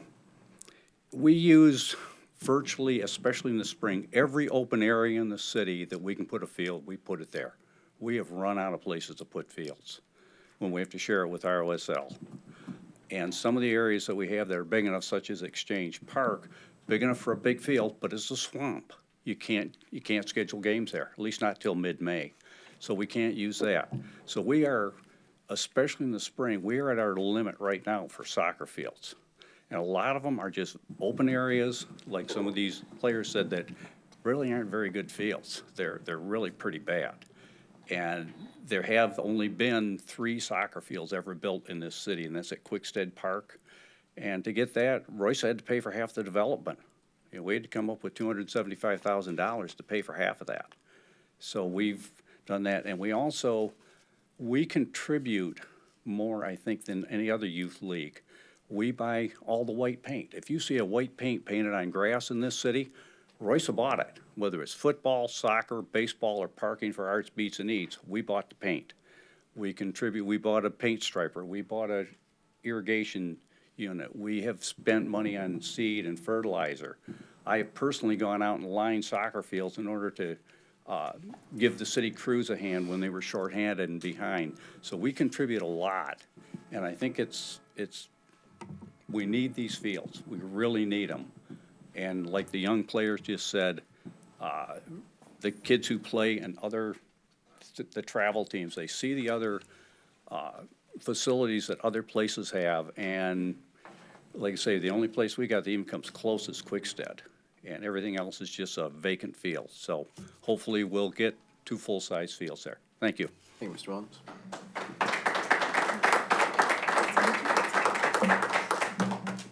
See a hand in the far back. Yes, ma'am.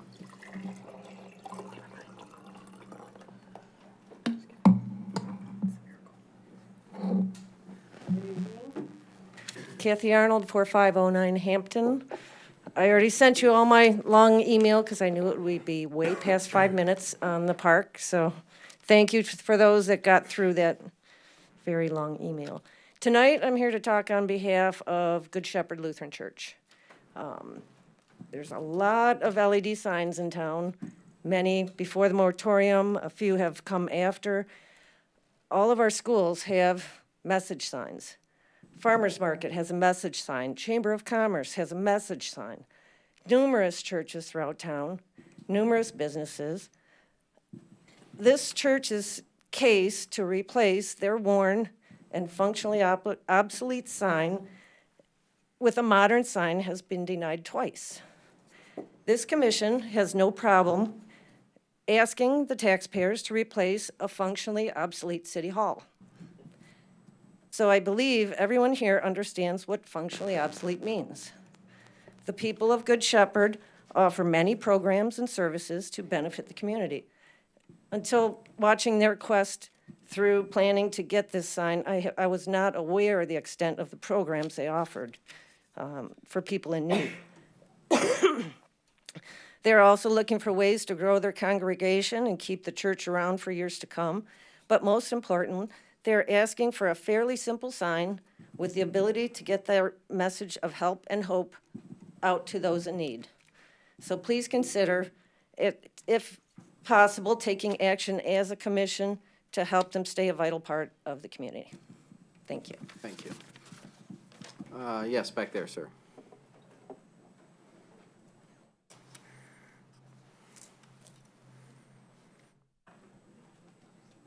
Good evening. My name's Ryan Brinks. I live at 1723 West Houstonia. I've been a resident of Royal Oak for the last 6 years. I have 2 young children that play soccer with the Royal Oak Football Club, and I also serve on the board of that club. I know that much of what I wanted to say tonight has already been spoken to throughout all these conversations about the park. I hope you don't forget how anticipated this park is by the community and how much everyone's looking forward to it opening. As you know, as Tom pointed out, our organization, ROISA, and now the Royal Oak Football Club, has had a strong, positive relationship with the city of Royal Oak. We've worked together to improve field conditions and green space at many of the parks throughout the city. Volunteers from our organization have provided free labor for many of those projects as well. As an organization, we've been very active in promoting the city, supporting ballot initiatives, and volunteering at events in the community that are unrelated to soccer. What we are hoping for with Normandy Oaks is a dedicated space for our kids. When you go to Clawson, Madison Heights, Troy, Berkeley, and other local communities, they all have city and club relationships that have created specific space for soccer. Each year, we continue to shuffle fields at parks throughout the city, trying to meet the needs of a growing sport in our community. Being able to have 2 dedicated fields at Normandy Oaks will provide a central location for our kids to play and will allow us to relocate many of our preschool and elementary age programs to one location. While a single intentionally created field at Normandy Oaks would be a great place for our kids to play, it's just one more field that we would be shuffling throughout the seasons. We also believe that providing enough green space for 2 dedicated fields at Normandy Oaks would create a showpiece for the city. It would be one more highlight in this impressive new park we are creating. Our games bring in hundreds of people each weekend from across Southeast Michigan. Having a high-quality facility looks good for our city. It would be another feather in our cap. When closing the golf course was first discussed, the idea was to create a world-class municipal park in Royal Oak. Dedicated soccer fields for our kids should be part of that. Thank you for your time. Thank you, Mr. Brinks. Who's next? Yes, ma'am.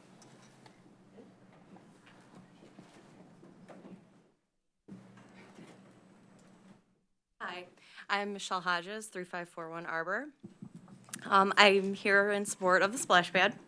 I have 2 young kids and a third on the way, so our family would get a lot out of having a splash pad.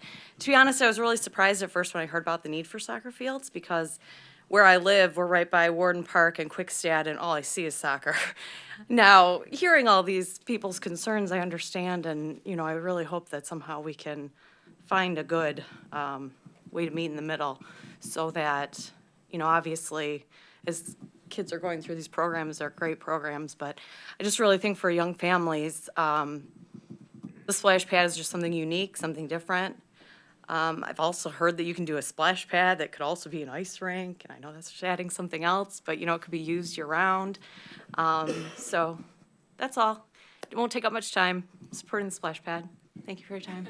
And happy birthday, Don. See a hand in the, is that Ms. London I see right there?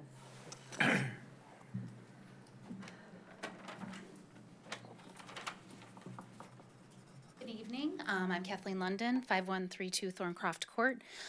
Based on tonight's discussion, you wouldn't know that there's other sports in the city of Royal Oak. So I am hoping that there would be some money that could be used to develop or expand either the existing basketball courts at Elks or to be part of the Normandy Oaks development. There's not a lot of opportunity for, my kids have played or currently play for ROFC. There are not a lot of opportunities in the community for basketball courts. So I'm hopeful to see that in the new development. Thank you. Thank you, Ms. Lund. Yes, ma'am.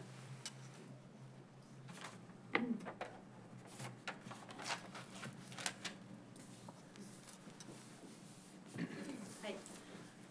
Kristen Foley. I live at 509 West 13 Mile. I'm just one more voice for the splash pad. I've learned a lot tonight, so I appreciate all the comments, learning more about the football situation or the soccer situation. And I hate it feeling like it's one versus the other. I have young kids, so the splash pad is more appealing. If I had teenage kids, I understand there's arguments both ways. One part that hasn't been discussed is that the splash pad, I feel like, would be used to an extent that I hope everybody realizes. For those of us with young kids, when we do go to other splash pads, there's one in Warren that I go to a lot. It's not it's at their, it's not a park environment, but it's still packed every weekend, every day that it's open. So if we had one and charged a small fee, and it was open every day in the summer, it would be packed every day, all summer. So the number of people that would benefit from that and the way that the city would be known for having that and draw people in. Also, I'm wondering, this may go against my own argument, but since I'm hearing the benefits of having this wide open space for 2 soccer fields and that there's a great benefit to that, is there another park where there is currently a very inadequate soccer field that could have a splash pad instead, rather than putting it downtown that has its drawbacks? I used to live near Whittier Park, and I know that they had a renovated small soccer field. A lot of effort was put into that I observed. Is it possible to take a space like that would be plenty big to have a community splash pad as another option?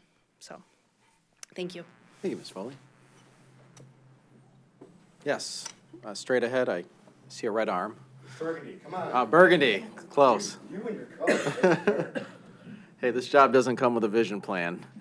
But you're supposed to have a vision, right? That's true. I do have a vision and a plan, just not a vision plan. Good evening, Mayor, Commission. Joel Hirschhorn, 4509 Hampton Boulevard. Real quick before we go, Soccer Pastor, you win the room tonight. That was the best. And I am comforted that our millage dollars for the schools are working very well because we have a future, a whole generation of speech writers, from what I can tell.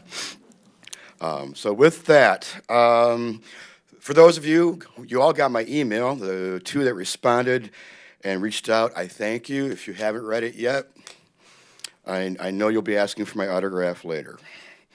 It is long. It does cover Normandy Oaks. It also covers other topics. We won't go covering soccer and the splash pad because I think it's been covered at very good length this evening. What I would like to cover tonight is, in fact, the Good Shepherd Lutheran Church.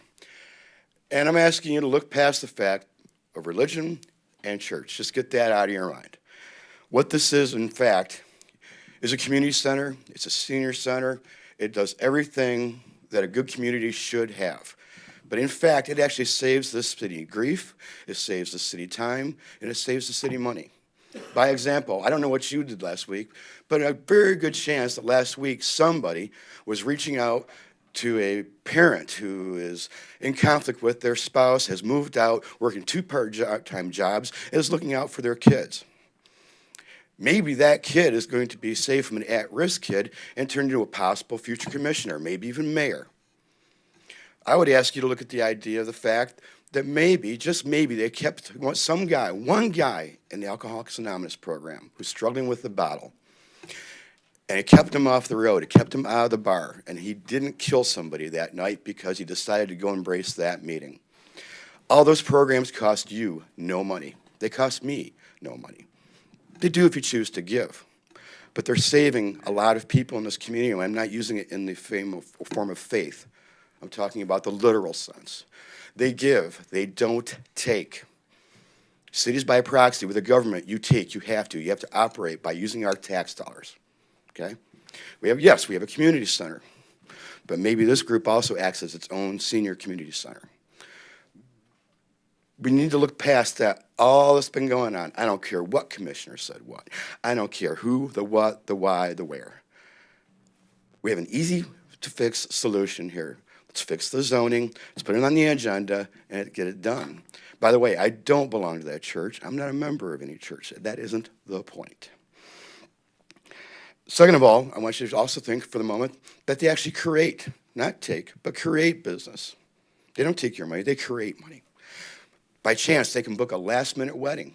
Who knows that maybe Herman's Bakery or Gail's Chocolates gets the nod for that. Maybe Luigi's gets the nod for that. Maybe, just maybe. They don't take, they give. Thank you. Thank you. All right, who's next? Yes, ma'am.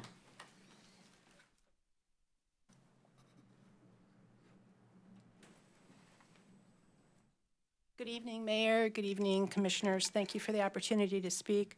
My name is Jane Kosis. I live at 3909 North Blair, across from Exchange Park. I wanted to thank Mike Rapinski and the task force for their hard work. First of all, and the reason I'm here is, first of all, I support the last gentleman's comments on the programs, and I hope you'll listen to those comments. But the real reason I'm here is regarding the development at Normandy Oaks, specifically the nature development, which has been a common thread in public comment, although not tonight, none of which I'm going to say conflicts with the splash pad wants or the soccer field wants. But I want to talk about, please make a priority when you talk about developing the park, the pollinators. The monarch butterfly population has plummeted 90% in the last 20 years.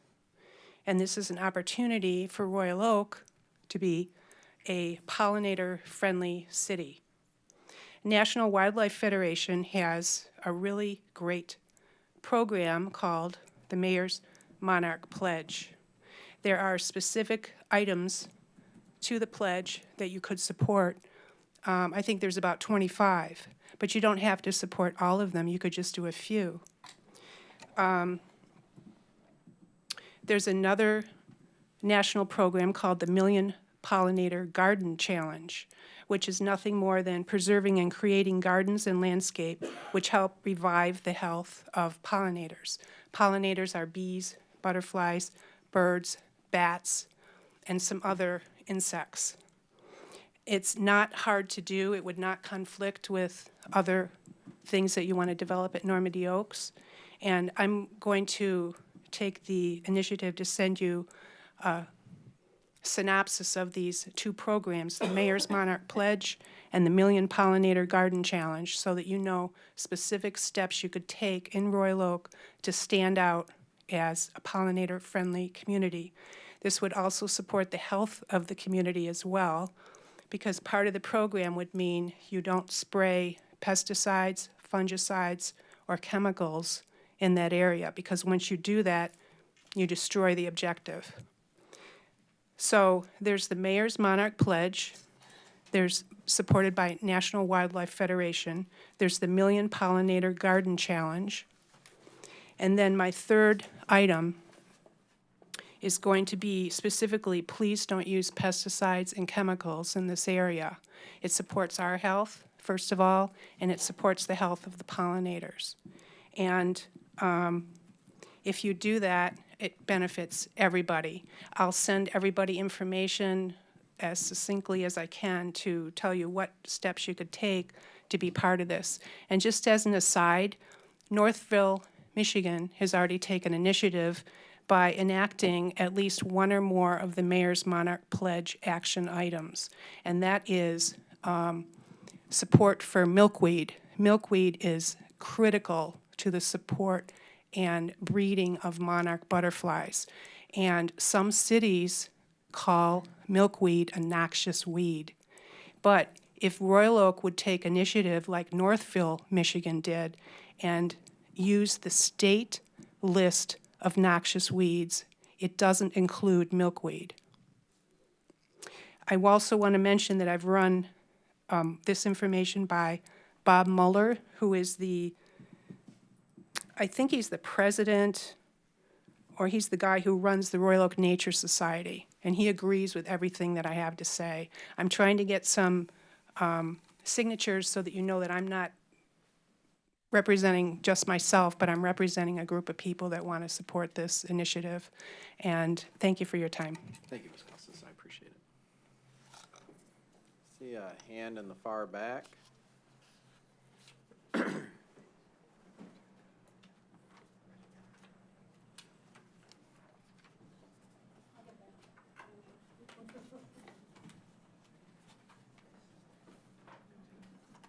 Good evening. Janice Wagman, 600 Wellesley. I'm here about the new, or the second reading of the appointments amendment. I'd like to propose an addition to the new ordinance regarding term limits of city commissioners on boards and committees. I propose changing the verbiage from 2 consecutive 2-year terms to a total of 4 years, because if there's a break, they could end up serving more. Until such time as commissioners are given the opportunity to serve. I also believe some consideration should be taken into account for commissioners who have spent an extended period of time on a commission or board as citizens. For instance, Commissioner Douglas has served in the Planning Commission from 2005 to 2013 and then returned in 2015, so she's already served for 12 years. I agree with Commissioner Macy, paraphrasing here, I don't have it verbatim, that this does not give other commissioners the opportunity to receive well-rounded first-hand exposure to the operations of the city by serving on boards and commissions. And as far as expertise being a qualifying or eliminating factor, the city has experts such as the planning director and city attorney that can advise. With regards to the appointment of a city commissioner to the planning commission, as well as citizen appointments, that will be extremely important since the development of the new master plan and associated zoning ordinance has been authorized. Further, the residents of Royal Oak have no vote on this, and this will fundamentally change the scope of our city. What I've observed in the decision-making of the current makeup of the Planning Commission is increased density, sacrificing the character of tree-lined streets, sacrificing parking both in the downtown area and residential neighborhoods. If the current Planning Commission stands, I believe the new master plan will allow even more high density, more buildings, residences, shops, and services closer together, mixed housing, meaning a range of types, sizes, and prices within neighborhoods, as well as mixed use within neighborhoods. These are just a few of the changes. It's not what I believe residents of a suburb of a major city expect, and I'm not alone. Ask the people whose neighborhoods have been negatively impacted by new multiple unit dwellings, many of which have spoken before this commission. A new master plan and resulting zoning changes could destroy the character of streets like Vincetta with the addition of multifamily housing. Look at some of the comments on social media stating residents are tired of every piece of vacant property being turned into multiple unit dwellings. Ask the people whose beautiful tree-lined streets were given a moratorium for decades and will now be destroyed by the installation of sidewalks for the sake of walkability. Ms. Douglas has served during the last formation of our master plan. 12 years is enough. I urge the mayor to appoint a new city commissioner to the Planning Commission. Thank you. Thank you. All right, who's next? Mr. Wolf?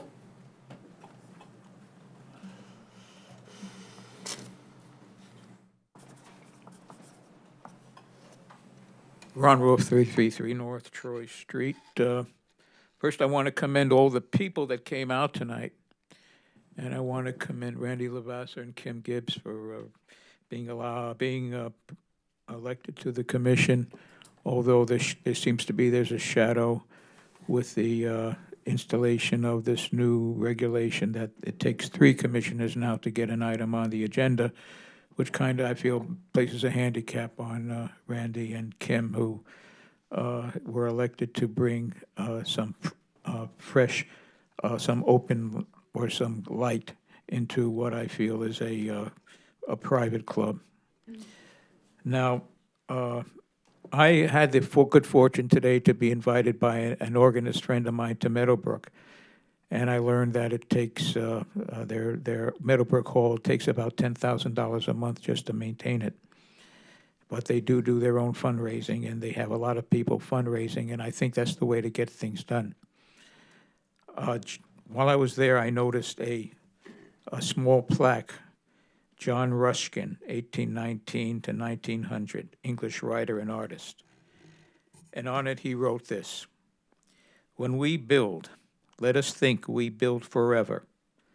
Let it not be for the present delight or for present use alone.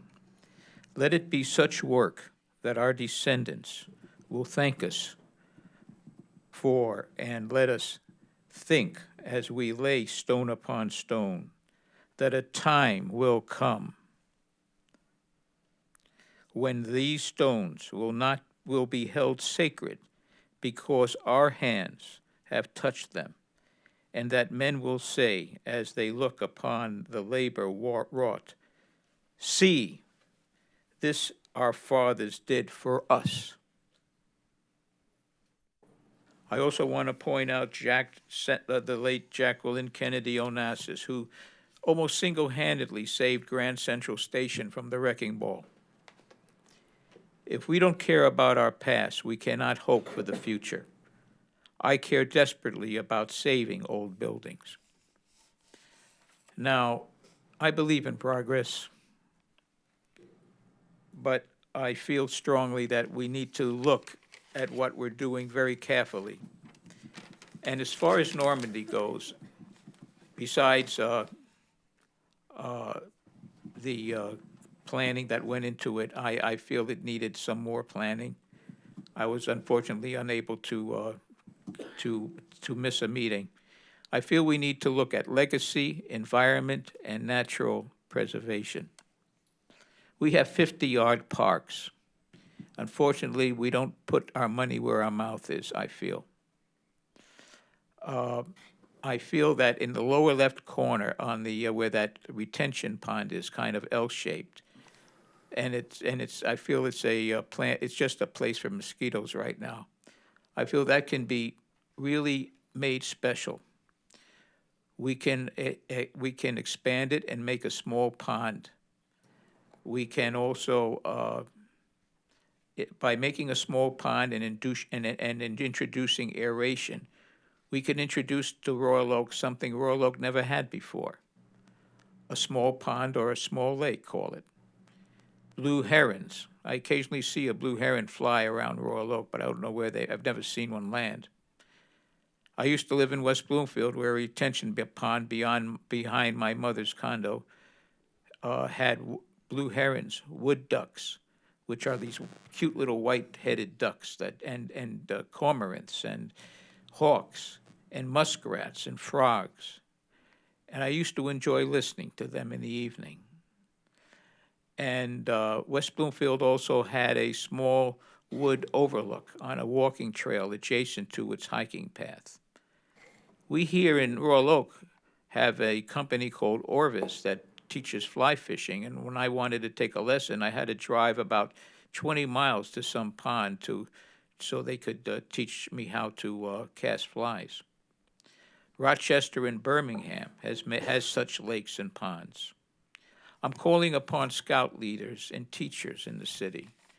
You have an opportunity here to construct and dredge out and create a beautiful pond that people can come and fish in, that they can come and and photograph wildlife. This would be a marvelous opportunity, and I support the soccer fields, and I support the idea of the splash pad, but that we don't need a full-time person paying $60,000 a year. What kind of nonsense is this Mr. Wolf, now? I need you to finish up, sir. Okay, it can be done. And if you people keep turning up to these meetings, I believe you can accomplish what you want to accomplish. This city is a great city. It has the money. It just needs to put the money in the right place instead of the wrong places. Thank you, Mr. Wolf. Anybody else that wishes to speak tonight? Mr. Colo.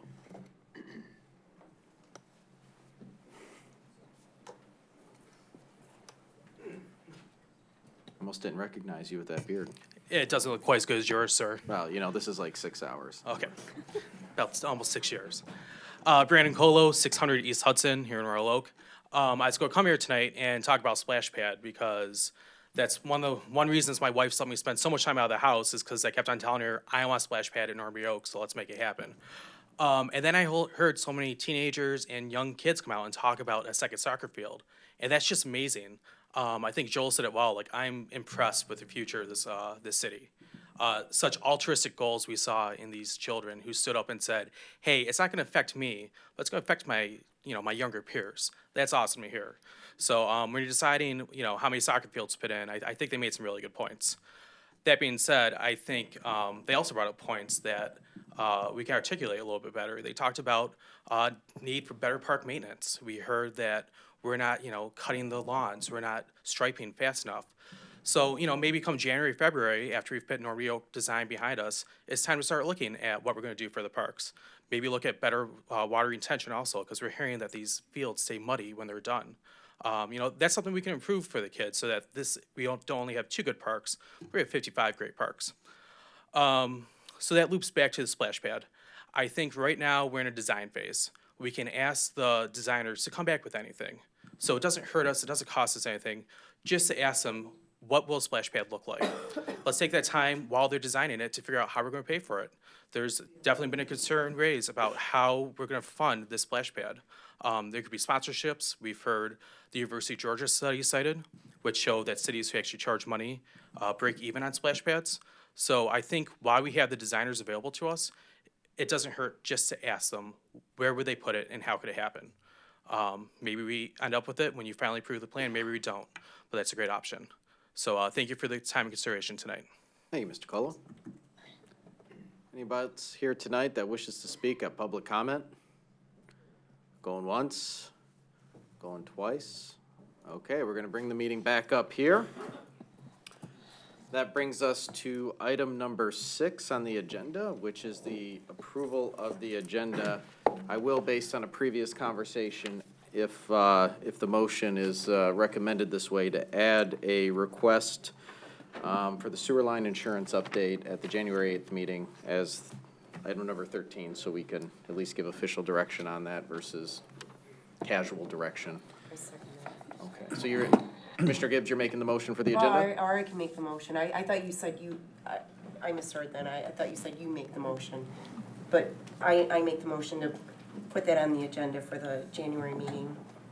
So we have an understanding of the sewer insurance, the water line insurance, and that whole mailer that comes with our water bill. Okay, so you're moving the agenda as is plus the discussion on the sewer line insurance at the end? Yes. Perfect. Is there support? Supported by Commissioner Levasseur. Any discussion? Okay, with none, I'll call for the vote. All those in favor say aye.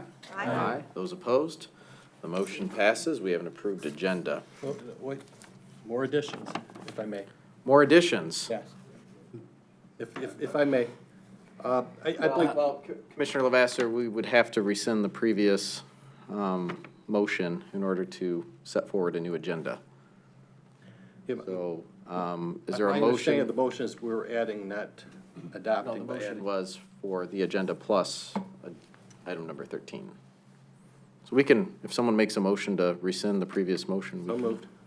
Okay, we have a motion by Commissioner Levasseur. I'll second that. Support by Commissioner Gibbs. Any discussion? Yeah, if I may, and the concern I want to add to the agenda is the question of whether or not with Good Shepherd Church, whether we have properly designated that property with regard to our sign ordinance, whether that should be undesignated as it is, or whether that should be sign area 2. And I'd like to address that issue and add that to the agenda today. Okay, but we have a motion on the table right now just to rescind, and then if it passes, you can make that motion. Okay, any further discussion? Okay, with none, I'll call for the vote. All those in favor say aye. Aye. Aye. Those opposed? The motion passes. The previous motion was rescinded. So now we're back to item number 6 in a different dimension. If I may. Commissioner Levasseur? The item that Commissioner Gibbs referenced with regard to the insurance, adding that as item 13, and with regard to item 14, adding the question of whether or not Good Shepherd Church should be designated under our sign ordinance as non-designated, or whether it should be designated as sign area 2. Okay, we have a motion by Commissioner Levasseur for the agenda as presented, plus item number 13 for the review of the sewer line insurance, as well as a question regarding Good Shepherd Lutheran Church. Is there support? Support by Commissioner Dubuck. Any discussion? Yes, just a question. Douglas? Mr. Johnson, is our community development director with us this evening? Yes. Okay, then, because I wouldn't want to discuss the sign ordinance without him being here. At least Mr. Rassel's back here going, yes, he's. Okay. He laughed as soon as he heard that motion. If you hear some tires peeling out there, Mr. Twink's gone. All right, everyone clear on the motion? All right, we're going to call for the vote. All those in favor say aye. Aye. Aye. Those opposed? The motion passes. We now have an agenda again.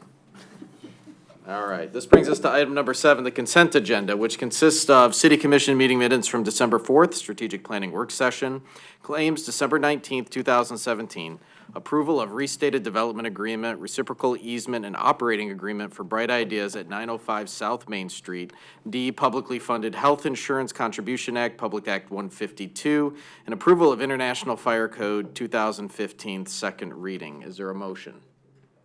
Motion by Commissioner Douglas. Is there support? Supported by Commissioner Macy. Any discussion on the consent agenda? All right, with none, I'll call for the vote. All those in favor say aye. Aye. Those opposed, the motion passes. All right, this brings us to the much anticipated item number 8, the Normandy Oaks Task Force recommendations and requests to approve park amenities list. And this says, Mr. Rassel, approved by Mr. Johnson. Good evening, Mayor, Commissioners again. Before you, December 7th, the Normandy Oaks Task Force met, as Mr. Lipinski mentioned earlier, and discussed items that they would like to see our architect incorporate into conceptual designs for the park.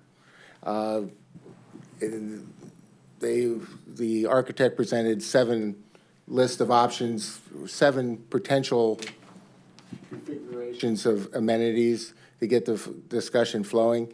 At the end of the evening, each member of the committee came up with their list of options and came to a consensus on the items listed here. It is not meant to be, well, the intent was with this list so that the architect would go forward with, create some conceptual designs and start placing items and sizing items based on cost. Everybody was going with about a $3 million figure for development, and that was sort of what the dollar amount that they were aiming for when they came up with this list. Mr. Ford from our architect is here also tonight if you have any questions for him, but that was where we were. The intent is you approve this, they'll come up with some architectural designs, the task force will hash out sizing and for a couple of different conceptual designs and bring that back to the commission to approve the conceptual design that they will go forward with and then work on detailed specs, the bid, right? Mike, Mr. Ford? Mr. Ford, if you'll indulge. Make sure we're all on the same sheet of music. Generally, that's what we're looking for. The Park Master Plan is an instrument that can look forward into the future many years. I commend the task force for coming up and doing all of this work to come up with these lists of items. It's nothing to say that the master plan can't exceed those items and show additional items with a phase 1 priority. Most master plans looks down the road 10 to 20 years, realizing not all those items are going to be built within that specific 3-year time period that you're looking at. So with a vision, we can show additional items if they're appropriate and if they fit. But the truth of the matter is you have $3 million that you're going to spend. And I know that everybody's focused on that. But I'm just here to say that there are other options that we could include, and if they do fit, maybe not within the budget, but maybe within the park space, they could be sought after in a phase 2 down the road. I just want to bring that to everybody's attention so that you can think in those terms as well as the phase 1, which we're focused on. I understand. And in the 7 concepts that were presented, a couple of those 7 concepts presented did include a splash pad, and it was discussed at the December 7th meeting. If this commission wants to amend this list to add a splash pad, the architects can definitely come up with some options that include that, just to give you an idea what the sizing and cost would be associated with it. One additional thing that really hasn't been elaborated tonight is we really talked about a phase 1, phase 2 type of implementation of these amenities. So again, the priority list could be broken down into priorities for each phase and then certain things implemented sooner than later. So I think there is that flexibility in talking with Mr. Ford, with our consultants. I think it's doable if the commission decides to include a splash pad in the mix. Okay. All right, I'll open it up to questions to Mr. Rapinski, Mr. Ford, or Mr. Rassel from the commission. Are there any questions? Commissioner Prush. A number of people who spoke tonight talked about research that they've done into splash pads in other communities in terms of fees as an option, sizing of it, other kinds of issues that arise with splash pads, types of design, and so on and so forth.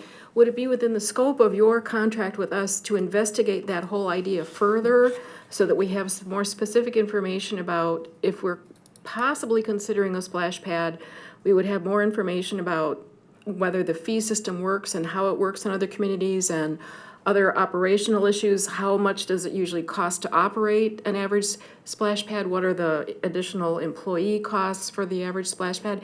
Would that be within the scope of your responsibility? Or if we need that information or feel like we need that information, we need to find somebody else to help us with that? Our scope doesn't include the feasibility study for a user fee to pay for the amenities on the site. That's separate from what we're doing. However, we have engaged a specialist in splash parks on our team. So what I plan to do, if it's your decision to go in that direction, is to recruit that person to give us the available knowledge that they have as a reference. So without doing a formal feasibility study, or a market study, if you will, for something like this, we could take advantage of their knowledge, having been in the business for over 20 years. I'm sure they'll be able to advise us to some degree. Okay, and then if at any point we feel like we need to go beyond that and get more information, we could either perhaps go back to you and ask for a feasibility study or go with someone else for a feasibility study if we think that we need that at some point in the future? Absolutely. Okay, all right, thanks. Commissioner Dubak. Yes, so thanks to both of you, and particularly Mr. Rapinski for leading this task force and for all the work and hours that were put in. It's a daunting task taking all this public feedback and trying to boil it down to a coherent recommendation. Obviously, the splash pad's top of mind right now. I'm curious, in the cost analysis, we see a range of $150,000 to $500,000. I was wondering, did we explore what does that mean, that wide range? Is one like a lead pipe with holes poked in it, and one is like diamond encrusted gold, beautiful sprinklers? How does that work? Have you ever seen a slip and slide? That's Right. That's a cheap one. No, I think you're onto it. It really is as to what are you going to put into it, and they vary. Think of an aquatic center and all of the components that would go into, and all the support structure, and all of the utilities, and all of the costs for operation. How big or how little are you going to develop? Another equally interesting concept was the sledding hill. Well, how big of a sledding hill do you want? How tall? Are you going to have tow ropes? Are you going to have concessions? Are you going, where does it start? Where does it stop? So I think part of our job as a design consultant is to try to right size these facilities for Normandy Oaks in our professional judgment, and then have the commission and have the committees and have the public review it and give us their opinions as to they think we have right sized it correctly or not, and make adjustments. Well, I think that's an important point. I think, awesome turnout tonight and great feedback for folks, but for people to understand that we're still working on building this concept, and the vote taken tonight is to give direction to you about what to come back with for us to continue to consider as this continues to evolve, so we can get real dollars and cents, real understanding of what we can put where. So we're not quite there, but we're making real progress, right? The other thing that's top of mind is obviously soccer fields. You said one or two. There's clearly a strong case to be made for two. Looking again on the list of potential amenities, there was the artificial turf. I'm curious if there was any deep discussion about that, or was the sticker shock enough just to push that one aside? As I recall, in Commissioners Gibbs and Macy and Mayor Pro Tem Douglas can correct me on this. I don't believe it came up at all during the last meeting for the artificial surface. We're talking about an actual surface soccer field or two. Which is a dramatic price difference. I know way in the early days before we were even having formal meetings, but the the sale of the land had passed and we were just kicking around ideas. Mr. Russell, we had talked about artificial turf and just kind of cost benefiting that. And you had mentioned artificial turf has benefits that make it, there's like a payback horizon on artificial turf. Well, Is that accurate? The advantage for artificial turf for us is just the year-round use. When you use a grass field, there is a significant wear regardless of whether the athletic activity that's taking place on it. So you do have to rest that field to regrow the grass, or else you would suffer what we have with the vacant land areas that we're using for soccer fields now. There's extreme wear, and you have to reseed areas, the center of the field or the goal mouths or wherever there's heavy wear on the turf, being able to reposition it so that you can even out the wear of the field. So the real benefit's just in that it could possibly meet our demand with one field because we don't have to rest the turf. But the cost is essentially 10 times that of a traditional grass field. That's correct. And there's no payback as far as maintenance or long-term use You of still it. have to vacuum it and brush it and whatever to keep it from matting down to get the years out of it. Okay. All right, that's helpful. Thank you. Commissioner Gibbs. And again, it's been a pleasure working with both of you on this task force. Thank you for your time, energy, and effort in it. My concern about the splash pad is twofold. One, the cost and maintenance, and number two, the noise factor. So would you be incorporating some sort of noise buffer zone or something to that effect in your plan should we decide to go forward with the plan for the splash pad? Yes, we can do that. We can get data that will tell you the decibel ratings of a splash pad and what distance from homes that we would have to position it in order to get an adequate buffer and/or add trees. With kids having fun. Laughing Kids is great, but I live not too far from a school, and I can tell you that an hour and a half of recess can, that's a lot of laughing. So I'm just thinking about this as an all-day, 10 hours, 8 hours a day.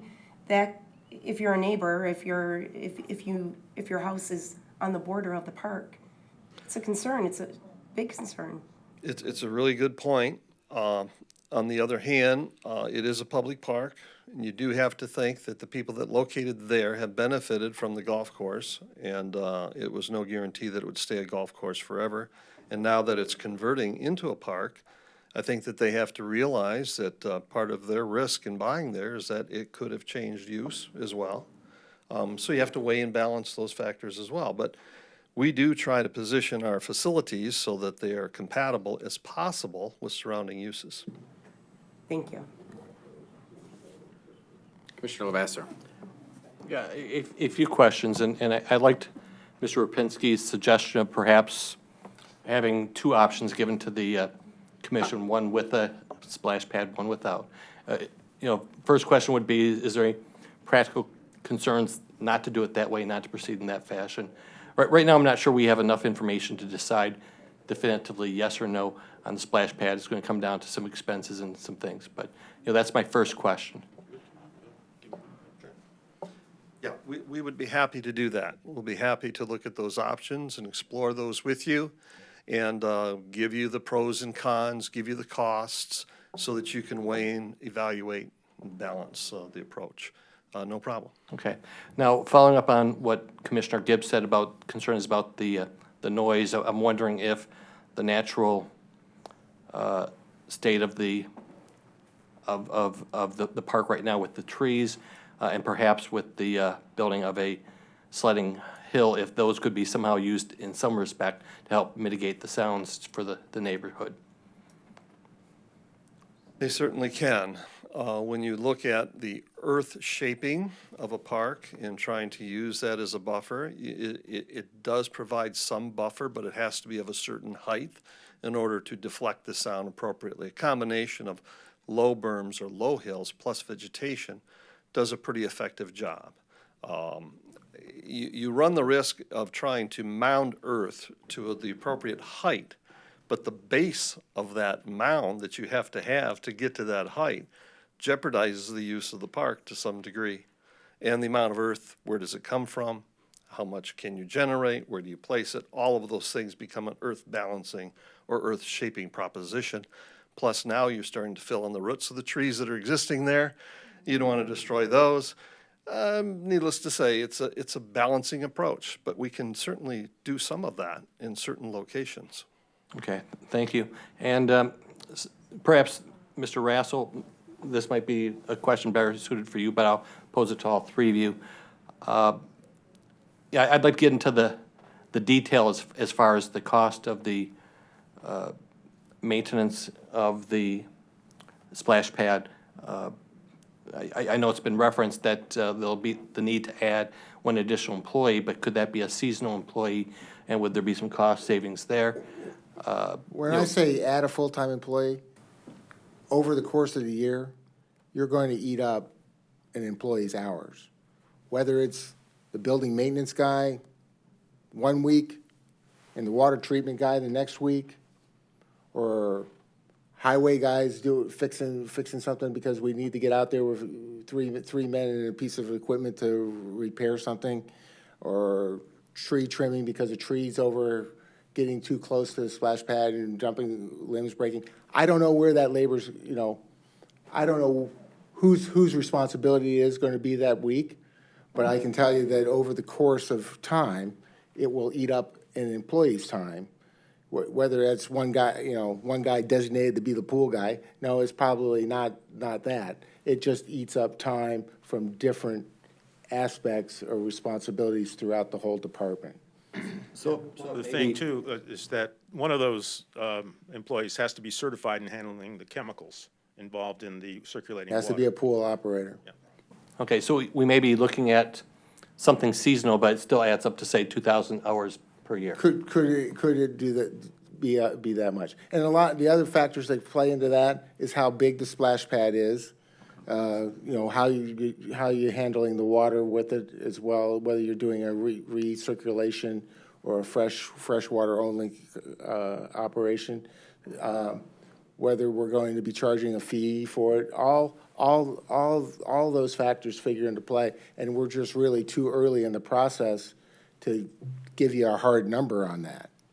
Once again, once we come back and we get some proposals and we know what size splash pad we're talking about and how we're circulating it and what that number is, it'll be much easier to come back and give you a harder number on what the maintenance costs are. Okay, so whether it's recirculated water or fresh water, fresh service impacts the costs on utilities, and recirculating water is a little more environmentally conscious kind of thing, but using fresh water, we're using fresh water. There's a cost of water. Okay, so the anticipation is that that information, those options, those details will be provided to us as we are making the decision on this. Yes, but maybe not fleshed out entirely because we're not going to invest. We'll have better information, but not complete information. Okay. Now, I want to ask questions about some of the more expensive aspects of the park, and I had a bit of sticker shock when I looked at it, and the number I kept seeing over and over was $1 million for the pathways and sidewalks, and $600,000 for the parking lot, and that seemed to be consistent from one plan to the next and I don't know to what degree what that all entails. I saw the reference to perimeter with regard to parking, so I didn't know if that meant going around in a rectangle, bordering the street, or if that was actually the pathways in the park itself. Don't know to what degree we might be able to save some funds using permeable surfaces for some of the parking lots and having, some parking lots that are paved, but not necessarily all of them paved.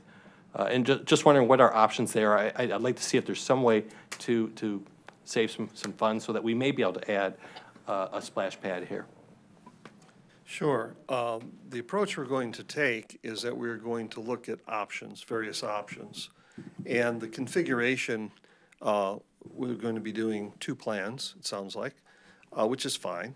And we're going to show those options. We may show different options in each plan. They may not be the same. So then when we come back and we take a look at it, you may the committee may, the public may select different configurations or the best from each plan, and a third plan will then evolve, which will be the combination of the best ideas. With that, we'll look at cost. You'll be able to compare. The numbers that we used in the workshops were very general costs based on some rather basic assumptions. And we've learned that the public has some opinions as to permeability and to some of these other factors. So we will take those into account the best we can and bring those back to you so that you'll have some choices to look at and better understand what these costs are. We always start at a rough estimate, and as the plan progresses all the way into construction drawings, the estimate gets better, better, and best until it's bid, and then the true number is known. Thank you. Any other questions? Commissioner Dubak. Sorry, Mayor. Remembered another question on splash pad that had been raised was whether or not the cost range that we're seeing here is just the cost of the equipment and installation of that equipment of a splash pad, or would it also, there was some concern raised that, well, that doesn't even consider the cost of engineering to get, sewer lines and electric out there, but given that we're doing restrooms, we're going to be bringing those out either way. Is that correct? Yes. Okay, so a splash pad wouldn't be responsible for bringing out sewer lines and electric, so that wouldn't be Yeah, accurate there'll to be a count that in the need, cost of there'll a be a splash need pad. for sewer and also for water lines, of course, for the bathrooms and other facilities. But the splash pad has unique needs, is my understanding, that would create that whole infrastructure within that footprint. And then how big we design it. There's a lot of concrete involved and other, how many nozzles and how many, features are you going to have on it? So that range of cost is going to be determined on what all is finally decided, so. Understood. Thank you. Any other questions? Just have one question that's maybe more philosophical in nature, maybe you can validate it, but when we look at all the options that we could potentially put at this park, we've talked about, obviously there's a physical geography that we can place them in, right? And to some extent they have to harmonize, There's also the amount of money that's in our budget right now as it stands from the sale and the proceeds of the property. But is there anything that prevents us from looking to the future to say, okay, this is a park, we want these features, we want a splash pad, we want all of these elements that are included here, but the first $3 million that we have afforded to us goes to these priorities, or to the priorities that, I look at if the sledding hill is a priority, you really can't retrofit that. And then some of the things can be phased in over time as our budgets get better from a city perspective, or as we seek out other parties that may want to partake in the investment in this park, or benefactors that wish to do it, where we can, I don't want to say we can do it all, but if we have the geography to do it, we have the harmony to do it, but timing on some of maybe the less popular priorities, am I mistaken in that logic, or is there something to what I'm assuming here that's correct? Loaded question, sorry. It's okay. We're used to loaded questions. Quite frankly, we do that routinely with a lot of park plans. We'll give you, if you want to aspire to something that is awesome, we'll give you awesome. If you get awesome, you don't know what to do with it sometimes. It might be too much, and you don't know how to compartmentalize it or how to phase it. We'll help you with that as well. We'd like to give you an awesome plan. We'd like to give it the options so you, committees, and the public can make those choices and do the deduction and get it down to the $3 million, because we can build you a plan that will cost a lot more than $3 million. $3 million is a lot of money, but in construction terms, not so much. But to you and I, it's a huge amount of money. So we have to keep that in perspective. I think we have that perspective. Most lay people do not. We understand that. We'll try to go through that process and explain it. Ultimately, this project isn't going to come down to the first phase dollars. We know that. But like you say, Mayor, and I think you make an excellent point, there's no reason not to dream for the future. Thank you, Mr. Ford. Any other questions? Commissioner Perush. I just thought of one, and this goes back to soccer. There was some discussion about some of the existing fields that are used in the city that are substandard at best. And Exchange Park is one of the ones that has come to the top of the list of fields that has some significant drainage issues, but it's certainly large enough for a full-size soccer field. Was any consideration given to the idea of perhaps just putting one full-size soccer field here at Normandy and then improving another location like Exchange Park, fixing the drainage and making it into a full-size facility? Or was that beyond the scope of what you guys were talking about? Well, we concentrated primarily on Normandy Oaks. However, I would defer to Mr. Rassel to see if something at a park like Exchange fits in, because that's going to be a different budget item. That's outside the Normandy Oaks dollars that we're working with. So I don't know what the cost would be. We'd have to. We have looked at improving drainage in the fields before. One of the issues we also have with full-size fields in some of these neighborhood parks and smaller community parks is the parking issue. Oh, okay. So we do put a full-size field at Exchange, but we do get a lot of parking in the neighborhood as a result of that. Okay, all right. All right, thanks. Any more questions for the experts? All right, gentlemen, thank you. Be on guard, we may have some more. We'll see where all this goes. All right, so we have the meeting back up here, and we have a resolution in front of us. Who wants to start? Commissioner Macy. Can I move the resolution adding splash pad to the list of amenities? Okay, we have a motion by Commissioner Macy to add a splash pad. We have support by Commissioner Dubuck. Commissioner Macy, the floor is yours if you so take it. So I'm on the Normandy Oaks Task Force, and I supported a splash pad at that meeting as well. For me, one of the major reasons to consider it is that we did all this community engagement. We talked to residents. We got opinions from lots of people, and it came in really high on that list. So to me, $3 million is a lot. It's not everything, but it's a lot. But we can do the splash pad. There is a balance here, which is which came out at the Normandy Oaks discussion. Two kinds of balance. One is the balance between having this passive area to park where people can enjoy the nature, and then also the more active areas, which would be soccer fields and the splash pad. And that's a tricky balance, which is why we hired a really excellent architect who's going to make it all work for us. And the other balance is financial. So at the task force, the money we were talking about wasn't so much the construction of the splash pad itself, but the maintenance. And I think that's the issue that hasn't really come up as much tonight. And I'm curious to see what those numbers are. I feel like we've heard things on very different ends of the spectrum for how expensive that is, and then we've thought of already some ways that we could defray these costs. And again, as was mentioned several times tonight, this is a design only, and we're not committing to anything. And it seems to me, when so many people asked for it, to not have it as part of the design is doing a disservice to them. Thank you, Commissioner Macy. Before I continue discussion, actually a good point, without the ability to do instant replay, I want to make sure that we understand your motion. Is it to move forward with the resolution here plus adding a splash pad to Normandy, or adding a splash pad to the list of amenities we want to see in the latter? The development. The latter. Plan. The latter. So basically adding So as splash if splash pad. pad were written on this piece of, yeah. Okay, perfect. Sorry, I just want to be No, it's all right. extra careful. Okay, Commissioner Dubuck? Thank you, Mayor.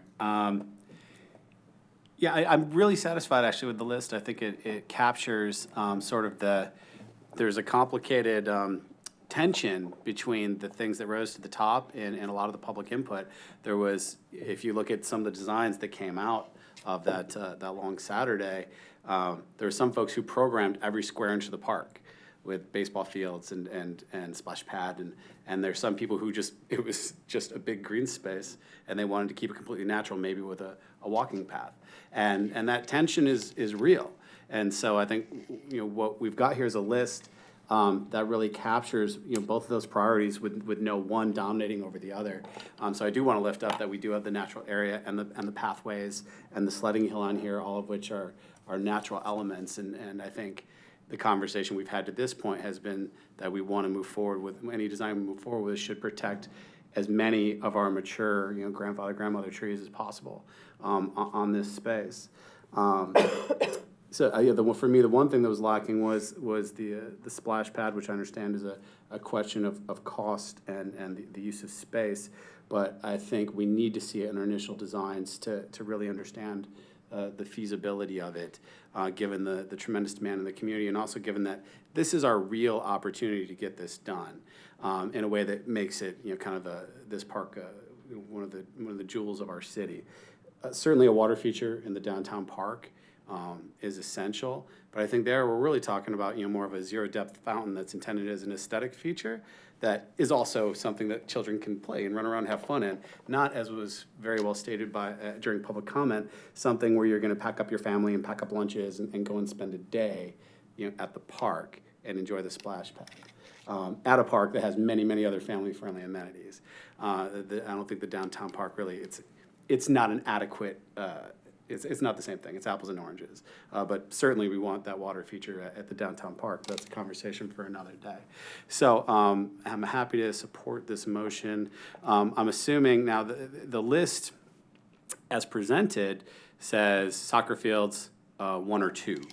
So are we leaving it, we've made it clear to our the firm we're working with that we would like two options brought back.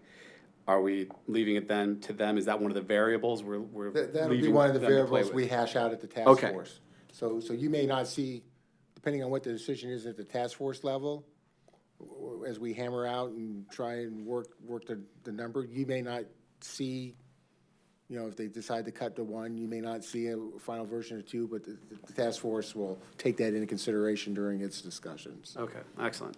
So the addition of splash pad makes me very happy. I think that needs to be a top priority for really real legitimate analysis.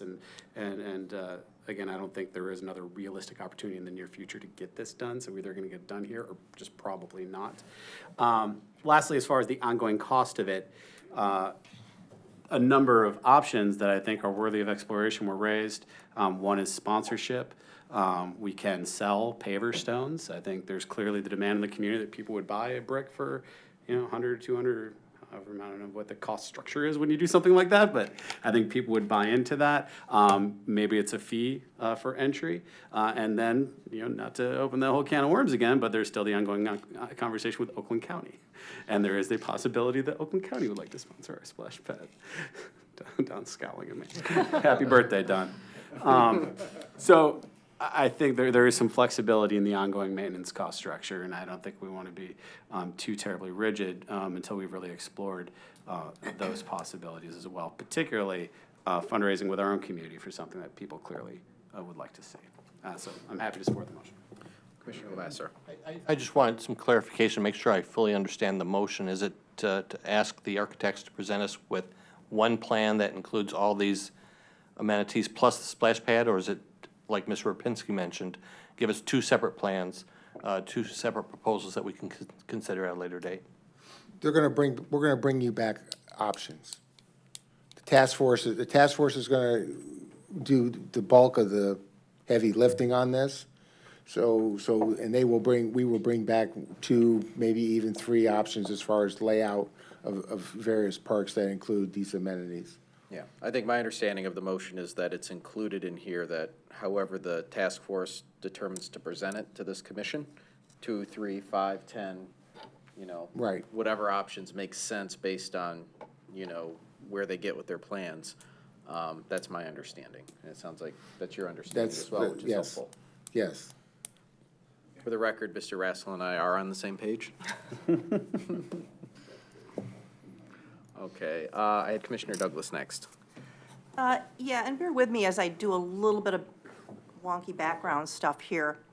At our recent strategic planning session, the City Commission heard reports from all of our department heads. And what we heard is that they are all struggling just to provide the day-to-day services that keep a city running.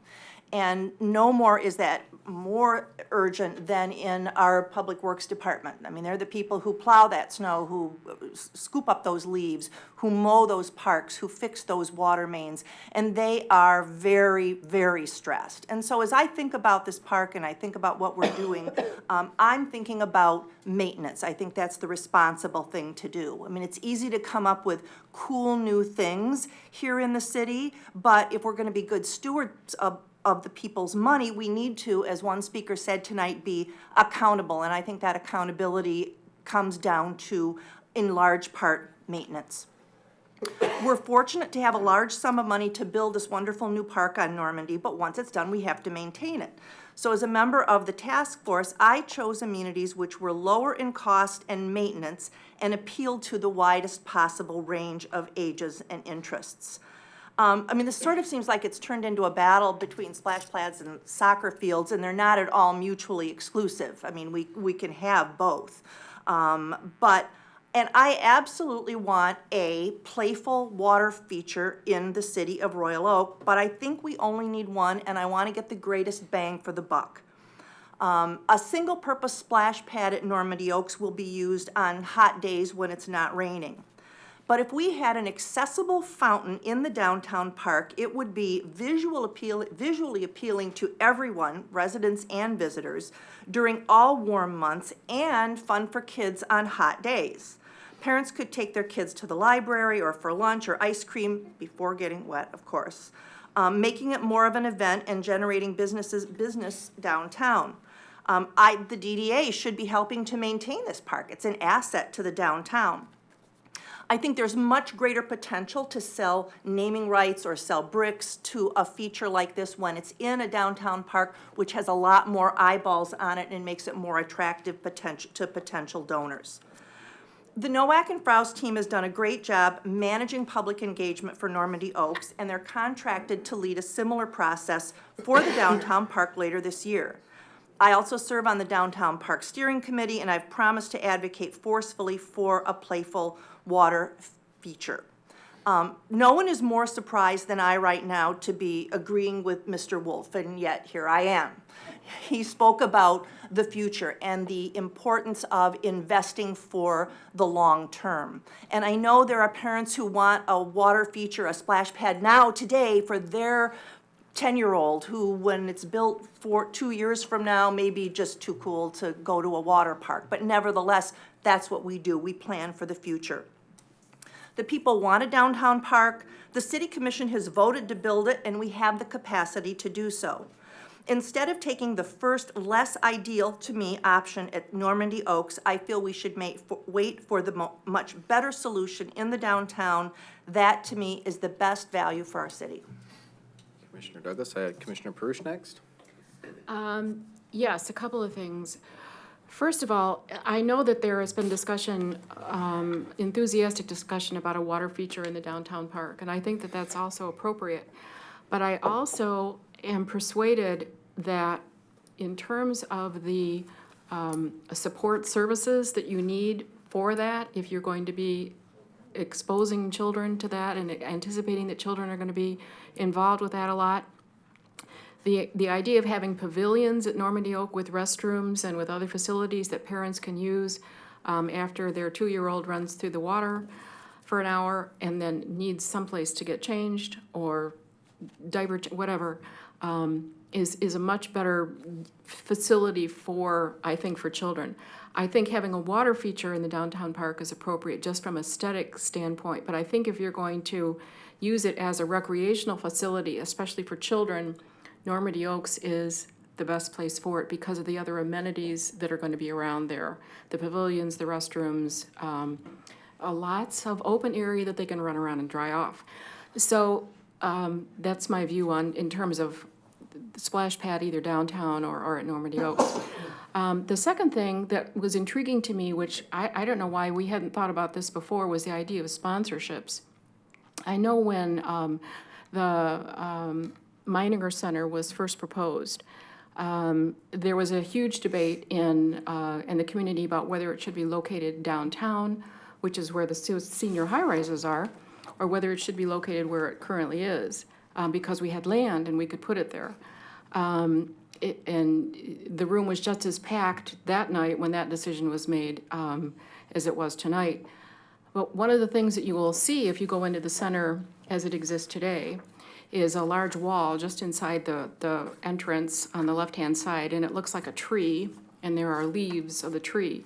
And what is engraved on each one of those leaves are the people who donated. In some instances, Mr. Meininger, for example, a significant amount of money so that that center could be built. Some of the initial funds for the center were block grant funds, but that didn't cover the entire cost. So there was a lot of community fundraising in order to make that center the size that it is and to have the amenities that it has inside it. And if you look inside the building on that wall, you'll see a large number of donors who donated to that facility. So that type of activity can occur in the community. It doesn't have to happen in a downtown facility. It can happen if people are really passionate about the activity, just about anywhere in the community. And I think our own Senior Community Center is a good example of that. So is the Boys and Girls Club, which also functions as a senior center, at least in the morning, for certain senior activities. And they did some of the same type of fundraising, and they used, as the mayor suggested, a brick paver donation system, and they've got a whole sidewalk full of them in the front. So I think there's a lot of potential for community fundraising for this type of facility and for certain amenities within the facility. So I think the idea that that's out there is certainly a valid one. There's also, and this is another issue that I've raised before with at least a couple of people, is that there are state funds that are available for certain recreational activities.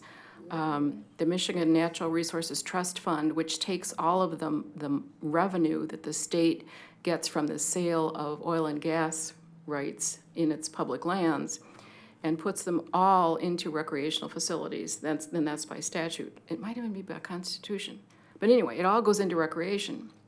And then various communities can apply to the trust fund for grants for acquisition of park facilities if you need to acquire land, or for development projects within existing parks or existing land that you hold.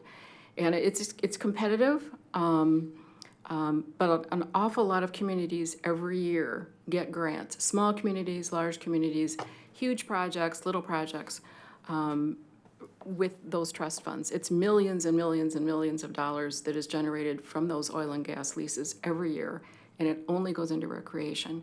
And so not necessarily this year do we want to rush out and apply for a grant, but certainly I think it's a funding source that we as a community can look at in the future, either for this facility or for other facilities that we have in the community. It takes a good grant writer in order to do it, but I think we've got one in our budget. I think the position is vacant right now, but we've certainly budgeted for it, and I think that's another revenue source that we can take a look at in the future. Now, especially now that we have a master plan. You need to have a master plan in place before you can apply, but now we have one. So that's it.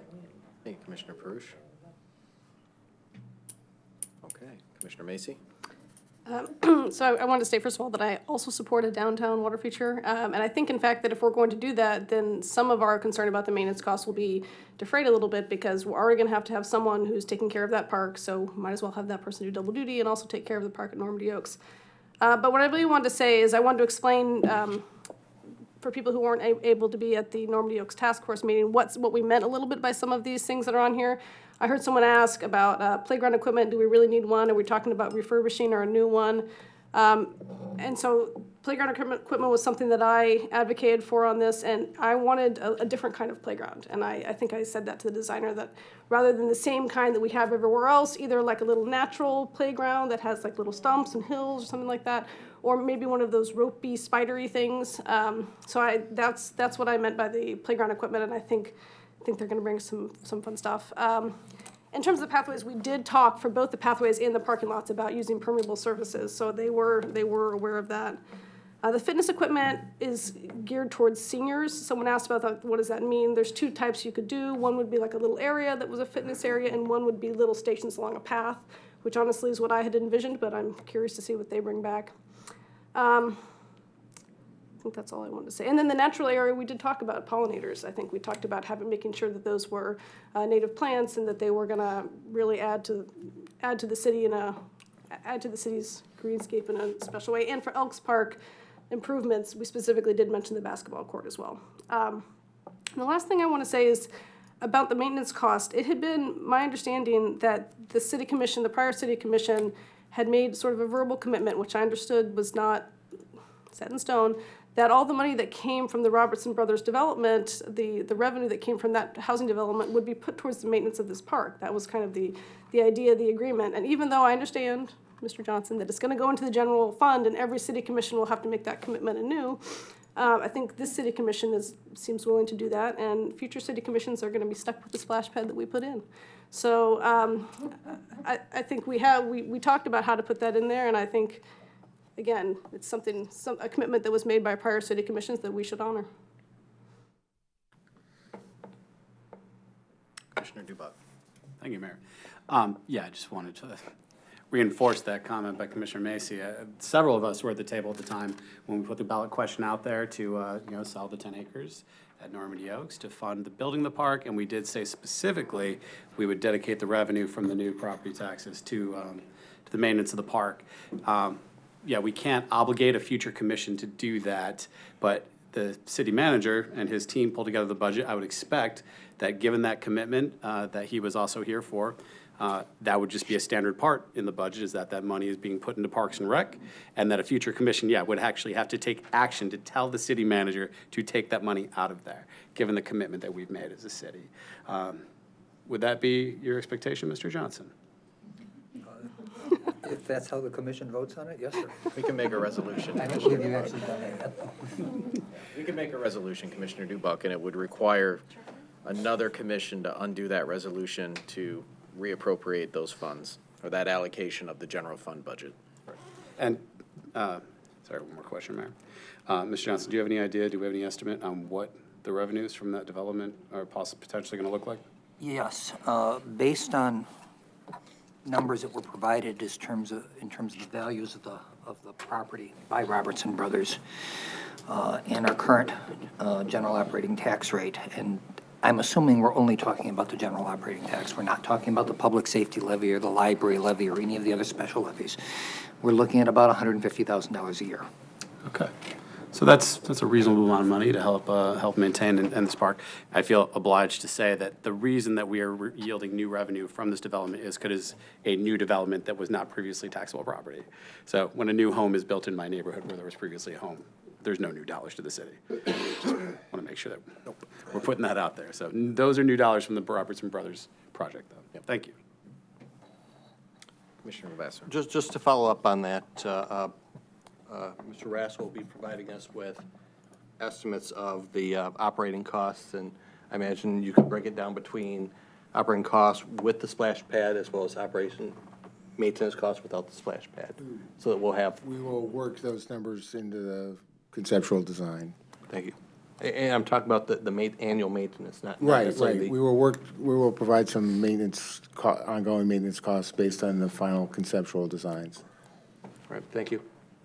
Mr. Rapinski has something to add to that statement. One good thing, Mr. Ford does have a grant writer on staff as well. So if we needed to start that process sooner than you don't have your position filled, he can initiate the applying for state grants. Thank you, Mr. Rapinski. Commissioner Douglas. I will point out that the very, very rough estimate that the Nowak and Frous team gave us in our planning session was that a splash pad would cost somewhere in the neighborhood of $100,000 a year to supply with water and maintain. And the city manager just told us that the development, when fully taxed, would generate $150,000 in revenue. So that doesn't go very far towards offsetting other maintenance fees in the park. I'm going to go ahead and vote in favor of this motion. I'm willing to consider looking at some options, but I'm going to be looking very, very hard as we come up with designs for this park at designs that are where we can control and limit our long-term maintenance costs. Any other discussion? All right, I just want to make a few comments. First off, I know many people couldn't stay here tonight, and if they're listening at home, which they're probably not, they're trying to put their kids to bed, but I want to, from the bottom of our hearts up here, we appreciate all the email correspondence, everyone coming out to public comment. It's not easy to come and speak in front of everyone and be recorded forever on YouTube, and we really appreciate that. 10,000-foot level. We're very fortunate to be in the situation we are today with this park. Do a Google search on golf course sale, golf course closure. You know, communities across the country are finding that golf isn't, you know, percolating like it used to. It's not getting the interest that it used to, and they're taking these golf courses, and what are they doing? They're private or public. They're closing them down, and they're building condos and houses and all of that. Through this process, even coming out of the Great Recession, we're in a strong position right now where we have funding available. We have 40-plus acres, 50 acres if you include Elks Park here, to develop an amazing gem in this community. And the discussions that we're having are far better than what a lot of discussions that are occurring across the country when they're faced with this sort of situation. So, you know, I just at a 10,000-foot level want to, you know, remember, you know, the positive situation we're in as a community. Back in 2011, when I was first elected, we had an opportunity to put a splash pad in. I think at that time it was Grant Park. We had the ability with the community block grant funding to put in a splash pad, and we had a lot of community dialogue and discussion about it, and it was very motivating. And it was so apparent back then, back in 2011, that we needed a splash pad, that the community wanted it for all the right reasons. And because of some mathematics that the federal government, you know, has in their equations for the types of projects or whatever, we weren't successful in achieving that funding. And certainly back then, you know, again, coming out of the Great Recession, we didn't really have a lot of resources at the time just to pop, you know, $500,000, $200,000, whatever, you know, splash pad options we were looking at out of thin air and you know, put one at Grant Park. But that's different today. We got $3 million. We finally closed on the property. Our city is starting to pull out of the recession. We're still hampered by the Headley Amendment, Prop A, and I don't want to put you guys further to sleep by discussing all of those intricacies, but we're in a really good position today. And I don't know 5 years from now, another 6 years from now, like back in 2011, if we're going to have the same opportunity to put a community asset like a splash pad in, if we'll have the funding available like we do now.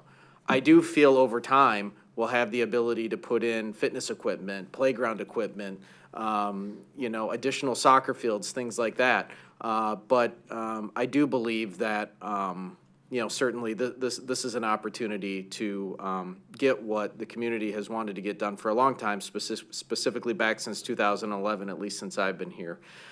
It's not just for kids. It's for parents. It's for grandparents. My dad takes the grandkids, my children, not my grandkids, I don't have them yet, but takes my kids to a splash pad in neighboring areas and up where he lives, and, you know, just has an amazing time, and it brings a lot of great joy to his life. And it brings a lot of great joy to our life, too, because we can actually go out and get a few errands run and things like that, so it's pretty amazing. But I think when we talk about the splash pad, now is the opportunity. If we've ever had one in front of us, it's now. As it relates to soccer fields, what I heard tonight was we need 2 full-size soccer fields in this community that are at par to make sure that our players that are so involved, they work so hard every day, they learn so many lessons, that they have the ability to play 11 on 11 in a quality environment. And I heard overwhelmingly, and I've heard it for years, you know, let it be out of the bag, that we need at least two quality fields here. Certainly I see in Normandy, we can afford one for sure. I think to me it's a must. I like some of the ideas of looking at some other areas as well in the community. If, you know, the geography kind of gets interesting here and we can't find a north-south soccer field opportunity, but, you know, I'm taking away from this outpouring over the last couple of weeks with this Normandy Oaks Task Force is that we need 2 full-size fields, and we certainly should be pursuing at least one in this park. And then if we can't get 2, we need to be looking at other locations in the city to put that second quality full-size field. I also look at it in terms of a dimension of time. You know, we can do a lot in this park. We don't have to limit it to the now, to the $3 million. We can design a park. We got a great architect on board. We can figure out reasonably what we can do and have a plan to get there.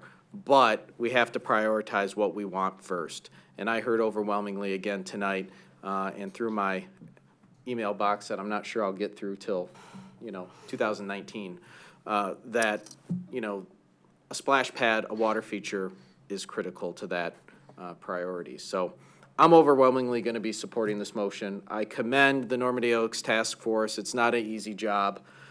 Certainly, trying to prioritize all what our constituents want and put it into a bundle with confined geography and a combined budget and combined time is not an easy task.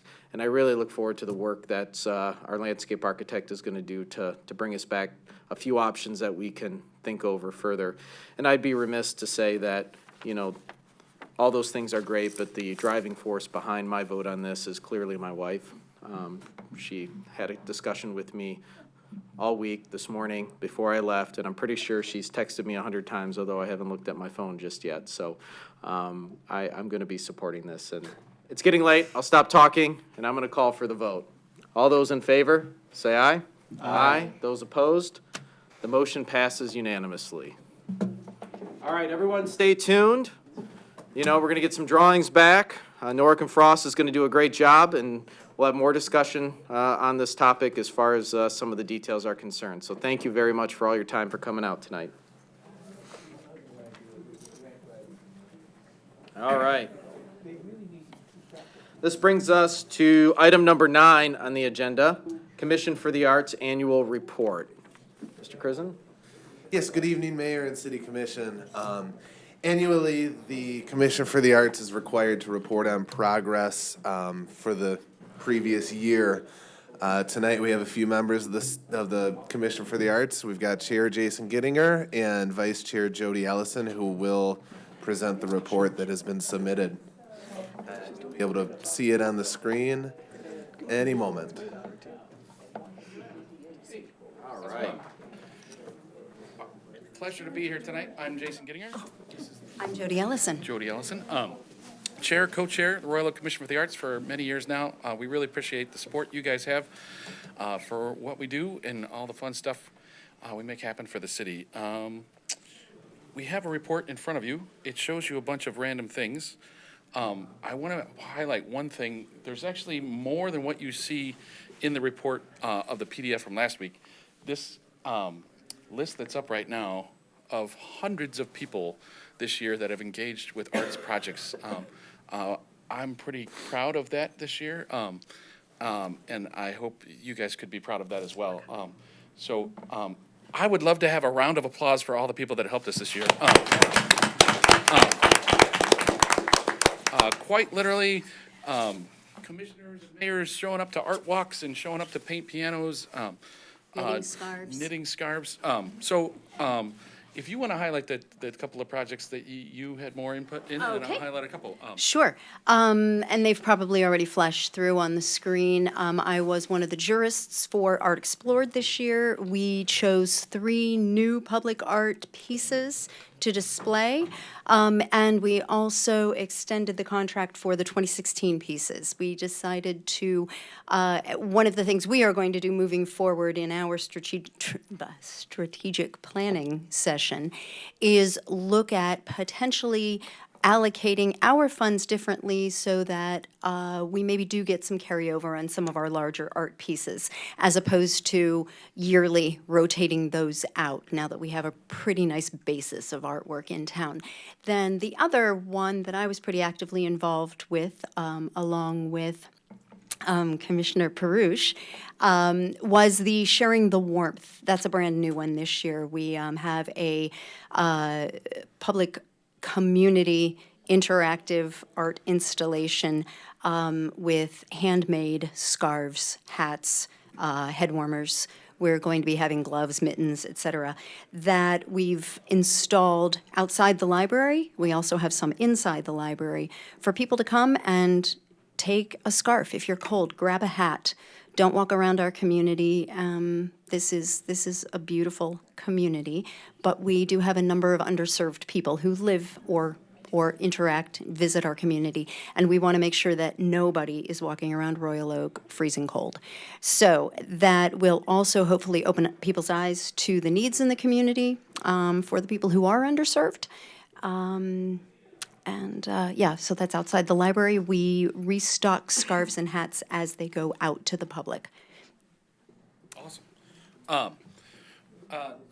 One thing to point out for anybody who might not be familiar in the community at large, that is, we don't necessarily come up with ideas and just find people to do them. We kind of lead by example to hopefully, over the last 6 years or 5 years since we've been doing this, this didn't exist. These kind of projects, this kind of involvement for everybody did not exist prior to to us starting things. So we always choose to sort of just create a path for people to follow and do things that they want to do. So one thing we did this year was the public piano project. I happen to have knowledge of pianos because of my history and childhood with my dad, and I have a music school, so it's an easy project to find pianos and then find a moving company. And without professional movers, we would not have made awesome things happen.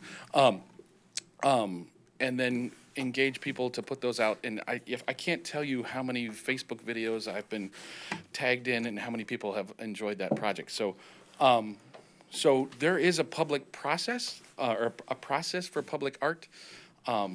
There's an application. It comes in front of our commission and then comes in front of you guys to put art on the street or to come up with a project. So we always encourage people to engage in that process and to do more interesting, cool things than we can pull off ourselves. The other one that we have continued going for a number of years, actually the piano project, just so you know, those pianos will disappear in the next week or two for the winter. We are saving some of them, and then we're going to create some more, and we're going to do that project again next year. So that'll come back in the spring. So, and then our summer concert series is the other one that I sort of head up, and that turns a city block into a park. It's a whole lot of fun. It actually generated a park a number of years ago from starting in the middle of a street, and we have a lot of fun. We'd love to take any questions if anybody has any. I would like to add that that application for public art is on the Royal Oak Commission for the Arts website. Do we have any, Commissioner Levasseur? Thank you. I want to thank you for all your good work. And I am, myself personally, I really enjoy seeing the pianos around town. They're very colorful. They're very energetic, and they bring a lot of spark to our town. I want to thank you for that.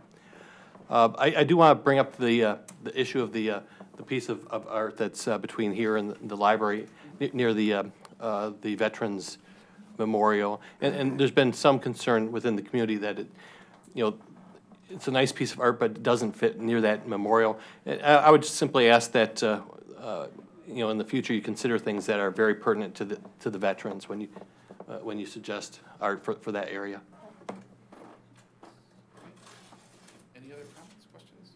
Commissioner Dubak. Thank you, Mayor. I just want to say I've served on this board for, I think, the last 3 years, 4 years. I've recently been redistributed, but I've just been so impressed with the actual work being done by the folks appointed to this committee.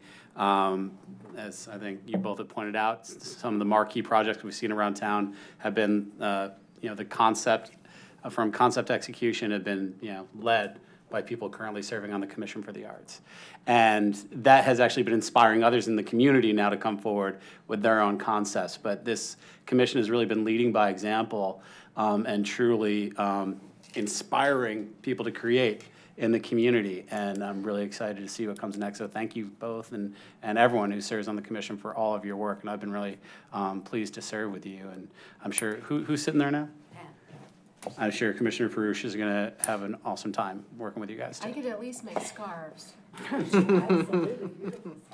hate that. I just remembered a project we didn't mention, and that had a ton of community support too, and that is the Celebration of the Arts. Yes. That happens the first Saturday in June at the middle school. Lots of school groups and school kids, but also lots of community bands and community orchestras and artists countless people, but the one thing that we can contribute to that is bestowing an honor upon an artist every year as the Commission for the Arts. That's one of our goals every year, is to highlight somebody who's done excellence in our community in the arts. So we're happy to have those people committed to making great stuff happen too. Sorry to overlook them, but hopefully you guys didn't. Commissioner Gibbs? If I may ask, does the Commission for the Arts put together the film festival? No, No, that's Okay. not affiliated with the city at all. That's a separate, I think that's a nonprofit that they put together, but that's not affiliated with the city. Okay, I had met Mr. Meadows there, and I saw his name on the list of. He used to be, he actually resigned from the Commission for the Arts, but he had a hand in the film festival separate from the commission. Okay, thank you for explaining that. Commissioner Perush? The only comment I would make is that a lot of the stuff that you're talking about this evening is visual arts, you know, the scarf project, the pianos, and so on and so forth. But the community needs to understand that a lot of musical organizations and groups are also involved with activities with the Commission for the Arts, including the Celebration for the Arts, which is the first Saturday in June. I'm on the board of the Royal Oak Symphony Orchestra. I can't play a note, but they got me involved with the board just so that they would have some community connections. And I think a lot of the volunteer musical groups within the community, like the concert band and the symphony orchestra and some of the others, are connected to the community in such a way so that they can also find ways to contribute and grow their audience and also contribute more back to the community. So the community needs to understand that it's not just visual arts that you are promoting and expanding in terms of the growth in the community, but it's also musical arts. And a lot of musical organizations within the community have really benefited from your support.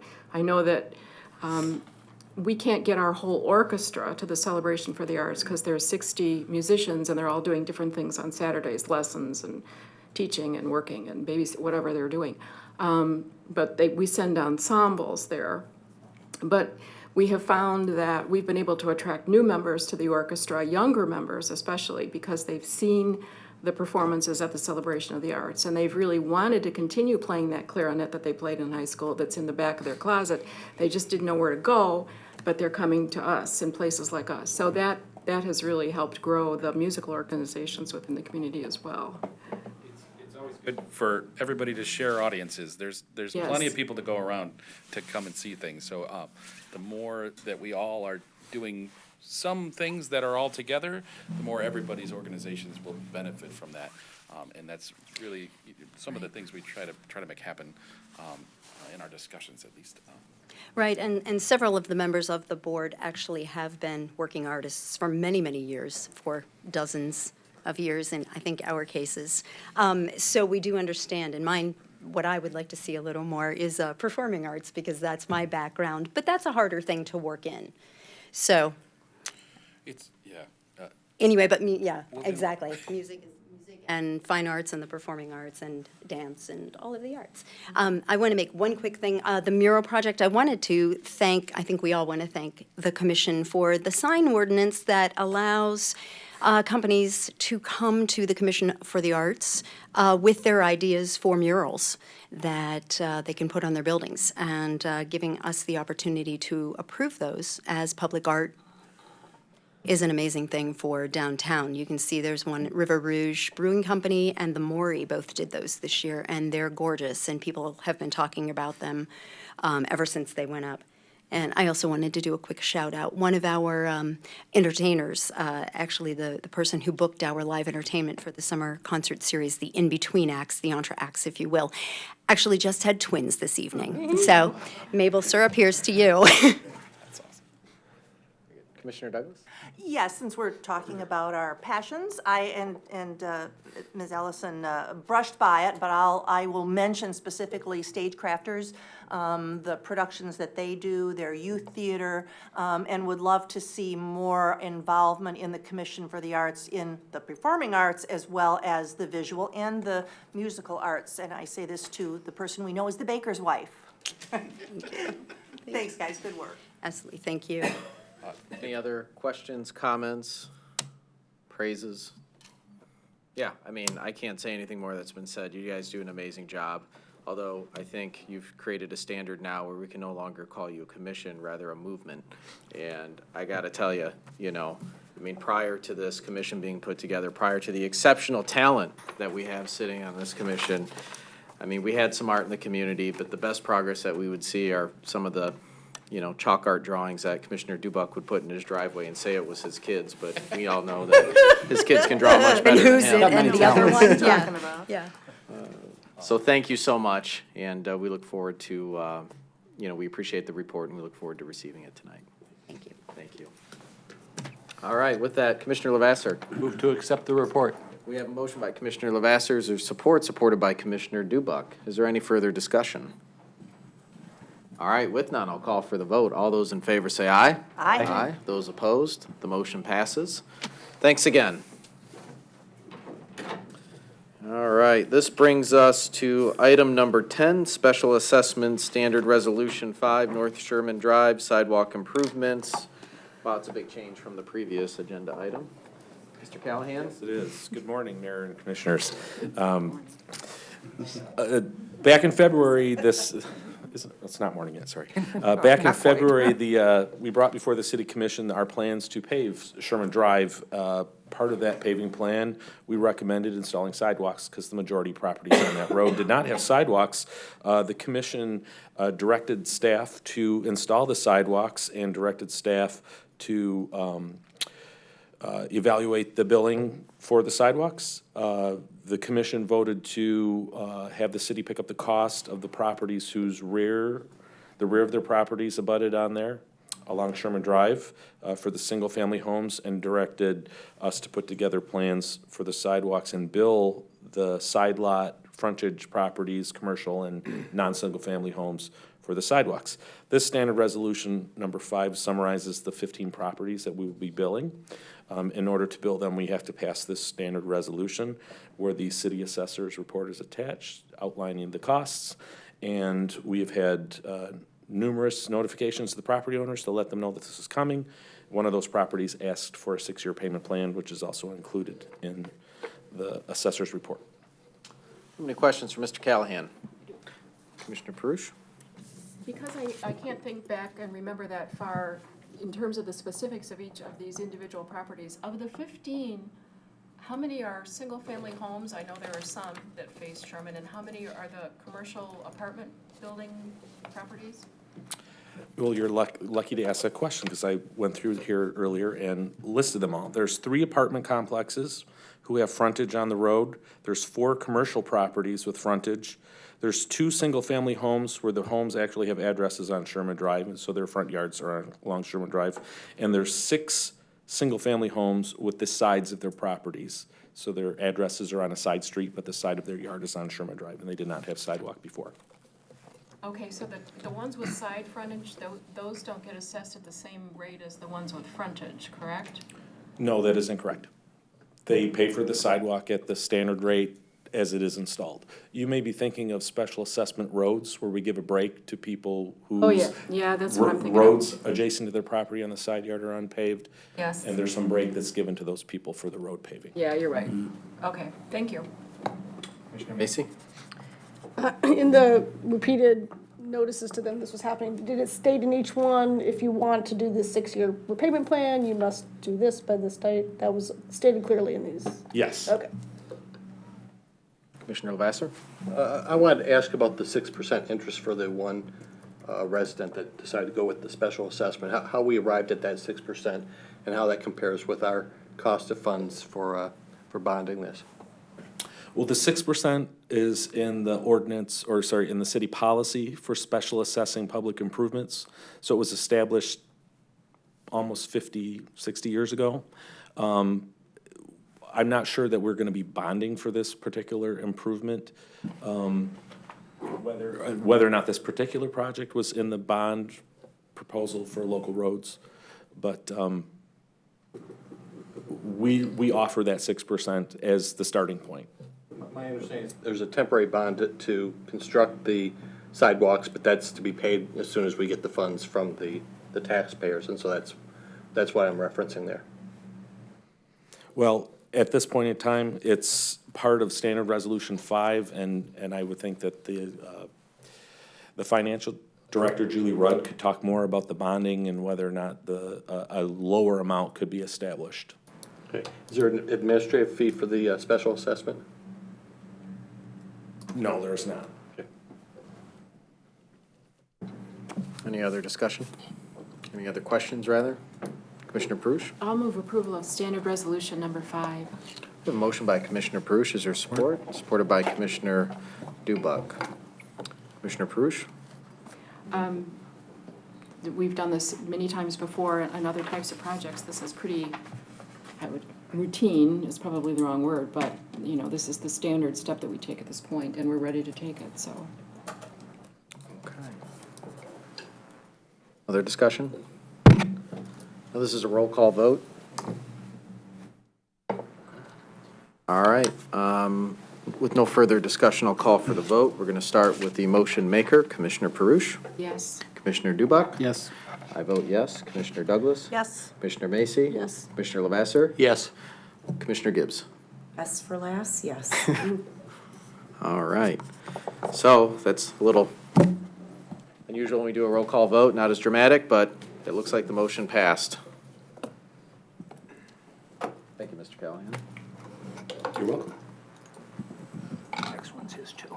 And I think, yes, the next one is Mr. Callahan's, which is the Traffic Committee recommendations, right? Yes, on November 28th, the city held the November Traffic Committee meeting. We had 9 items on the agenda for that evening, a variety of issues with parking and traffic. The staff recommendations were all accepted by the Traffic Committee, and that's what's being recommended. Dan Godek couldn't be here tonight to answer any questions. He's the chairperson. But I can answer any questions that anybody might have regarding the recommendations. I would add that on the second page of the commission letter, that item for parking on Nakota should read as denoted on Traffic Committee Agenda Item 5H, not 5F. Okay. Do you have any questions for Mr. Callahan? Commissioner Macy.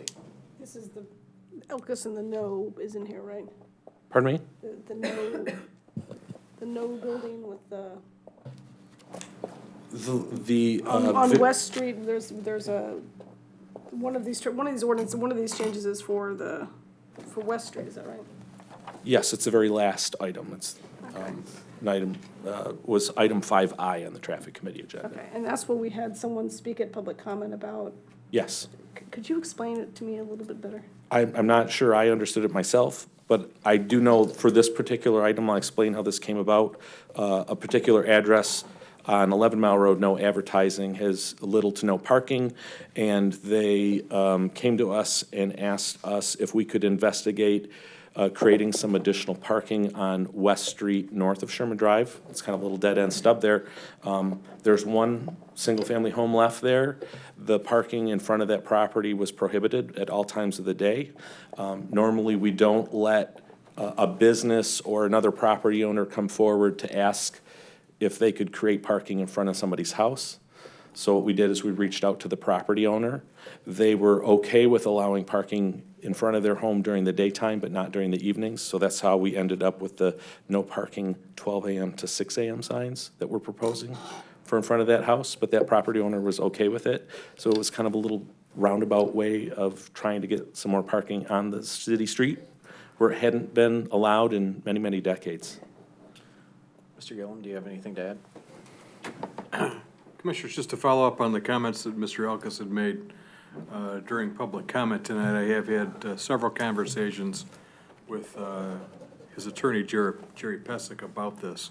And as I understand, the concerns Mr. Elkus has is not directly with the recommendation that's in front of the City Commission tonight, but it goes back to action that came through the Traffic Committee previously and has been approved. Actually, I believe there's a license agreement that's in place between the city and no advertising. But the issue, as I understand it, involves the use of the west side of West Street directly north of 11 Mile, that is between 11 Mile and Sherman.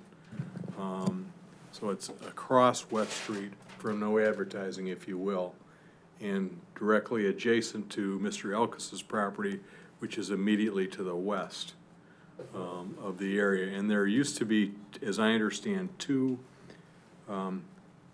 parking spaces on the west side of West Street that were parallel parking spaces. And the city has entered into a license agreement with no advertising that involved the reconstruction of that portion of West Street in conjunction with all the sidewalk and street repairs over there. And the two spaces, yeah, Commissioner Douglas has it up on Google. The spaces that were on the west side of West Street adjacent to the Elkis property, those have been turned into, I believe it's 5 angle parking spaces that are now reserved exclusively during business hours for no advertising. And Mr. Elkis's concern is that they do have some commercial tenants in that building, and whereas those commercial tenants had access to those 2 parking spaces along with everyone else on a first come, first served basis before, they do not anymore.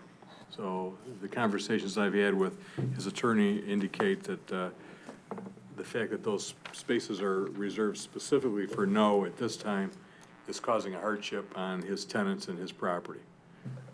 My sense is that I don't think that they have an objection to the addition of the parking spaces north of Sherman on West Street, but I don't think that they feel that the addition of those parking spaces is going to adequately address the problems that they're having as a result of the changes that were previously made down on West Street. So it's somewhat but not totally related. It's related, but it's not, yes. Commissioner Lavasser. Mr. Gillum, what is the length of the license that you just referenced, its expiration time? Off the top of my head, I don't believe there is a specific term on it. It is terminable, though, by the city under certain conditions. Any other questions for Mr. Gillum, for Mr. Callahan? We have a proposed resolution in front of us. Commissioner Prush? I'll move approval of the resolution. A motion by Commissioner Prush. Is there support? Supported by Commissioner Douglas. Discussion? With none, I'll call for the vote. All those in favor say aye. Aye. Those opposed? The motion passes. All right, this brings us to item number 12, amendment to the Appointments Committee Ordinance, second reading. Mayor and City Commissioners, based upon the discussion that the Commission had last week when a proposed amendment to the appointment ordinance was approved on first reading, I've prepared this proposed amendment for your consideration and potentially for adoption tonight on second reading. The ordinance, if approved, would amend section 12.12-5C of the appointment ordinance to limit city commission representation generally on standing boards and committees to 2 consecutive full 2-year terms. That is a period of 4 years, unless the city commission specifically finds by resolution that special circumstances exist which would support appointment or reappointment of the serving commissioner for additional terms. If you have any questions, I can try to answer those, but again, I believe this accurately reflects the discussion at the table last week. Do you have any questions for Mr. Gillum? Commissioner Lavasser. Mr. Gillum, one of our public speakers during public comments brought up the question of whether or not this ordinance provision as written would allow someone to serve 2 consecutive terms, take a term off, and then be reappointed to the same commission. And I see there's potentially some ambiguity here as to whether it's you can serve 2 terms total or 2 consecutive terms with a break and then start up another period of time. And I wanted to get your understanding of this as written. Based upon the discussion at the table last week, Commissioner, my understanding was that time that an individual spent on committees or commissions as a resident representative would not count towards the period of time that that individual would serve as an actual member of the city commission. Okay. I believe that's a different question, though, than what I was asking. Let's say you have a commissioner who serves for 8 years.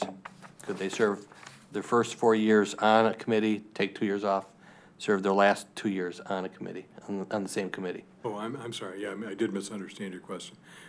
Yeah, no, I don't think that type of a situation would be prohibited. That would be permitted with the ordinance as it's been presented tonight, as long as there was the gap. Thank you. Commissioner Prush. Following up on that, I think the situation of that happening is pretty rare. I mean, it does happen occasionally, but I think it's very, very, very, very infrequent that you would have that situation. I can only, in my own mind, think of, you know, over the course of all of these years, perhaps a handful of situations where that was the case, where someone went off and served and then came back. Usually, when you're off, you're gone for whatever reason, either by your own choice or, you know, whatever is going on. But this coming back is something I think is really, really infrequent. It just doesn't happen that often. Commissioner Macy. So I like the way that it's written, actually. I think it strikes the balance between what Commissioner Dubuck and I were talking about last time. So I think people should have the chance to spread their knowledge and gain more from being on different committees. And Commissioner Dubuck was saying, once you gain expertise and are particularly interested in an area, you could have more to invest in that. And I think this strikes the balance. If you spend 4 years, then you have to rotate off. But if you really like it and it seems like that's the right fit for the commission, you can rotate back on. So to me, I like that. Commissioner Dubuck. Thank you. I agree with Commissioner Mason, and I would point out once again that all these appointments are one subject to the appointment of the mayor and then a vote of the entire city commission. So I don't think we need to be overly prescriptive on how this works. I think the language reflects the conversation we had last week. So I'm happy to move for approval on second reading. We have a motion by Commissioner Dubuck. Is there support? Supported by Commissioner Douglas. Further discussion? With none, I'll call for the vote. All those in favor say aye. Aye. Those opposed? The motion passes. All right, that brings us to item number 13. We discussed earlier during public comment as we strayed, but this is really just a formalized request for some information regarding the sewer line insurance program. I think it was Commissioner Levast, no, Commissioner Gibbs that put this on the agenda. This past Sunday, I was at church service and a resident came up to me and said, the last time I received my water bill in the mail, he doesn't auto pay, I auto pay, I don't get all the flyers, so I don't see these things. Or maybe I'm just not on the right list. However that falls. About the insurance, and he said, I've received it a couple of times before, but I never really thought to ask about it. So when he went in to pay his water bill, he approached the woman who was at the counter. He did not know her name. Is this required? Is this insurance? Maybe I can answer that question real quick before Commissioner Dubuck. No, it's not required. It's a program that an insurance company has been doing for communities all over the country. And they ask that, you know, it's completely optional for residents to buy the insurance. But if they do, and there's a backup or a clog or whatever, the insurance company will pick up the tab to,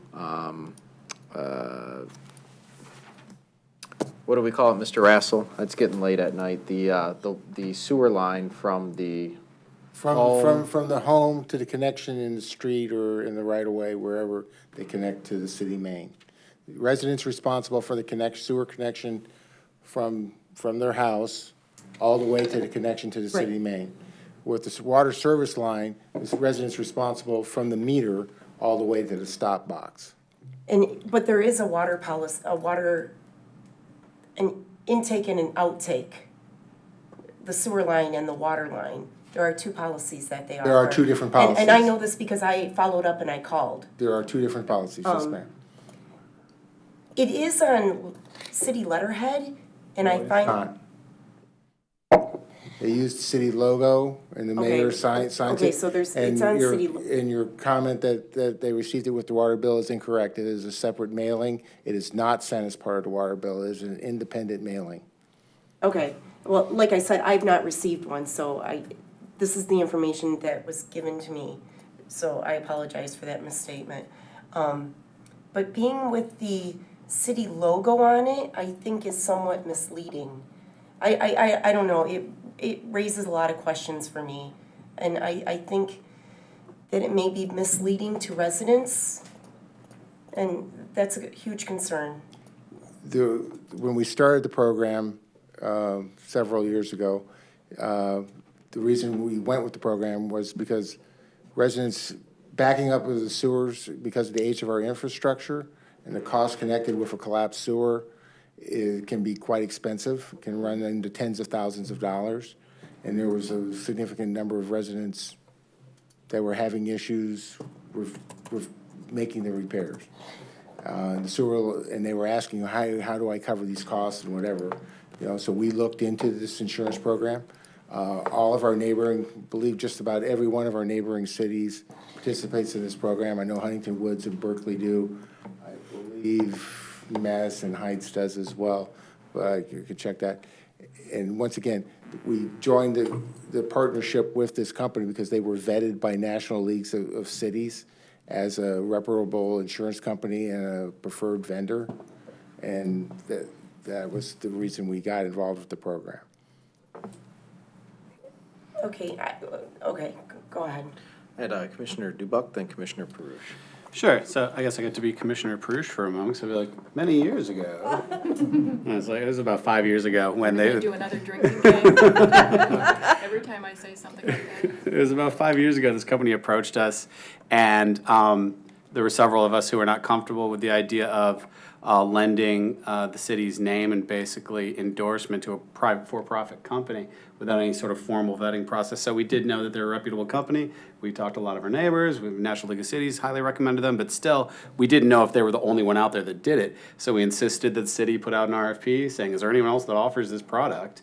And as my understanding was, we did. We did or not we do researched it. We researched it. We researched if anyone else offers this product. There is another company other companies that offer this product, and they call and solicit it, but they're not vetted, and there's no relationship with the National League of Cities. Right. No, I remember we gave direction to staff to go out and bring us back offers from other companies, and no one else wanted to come in.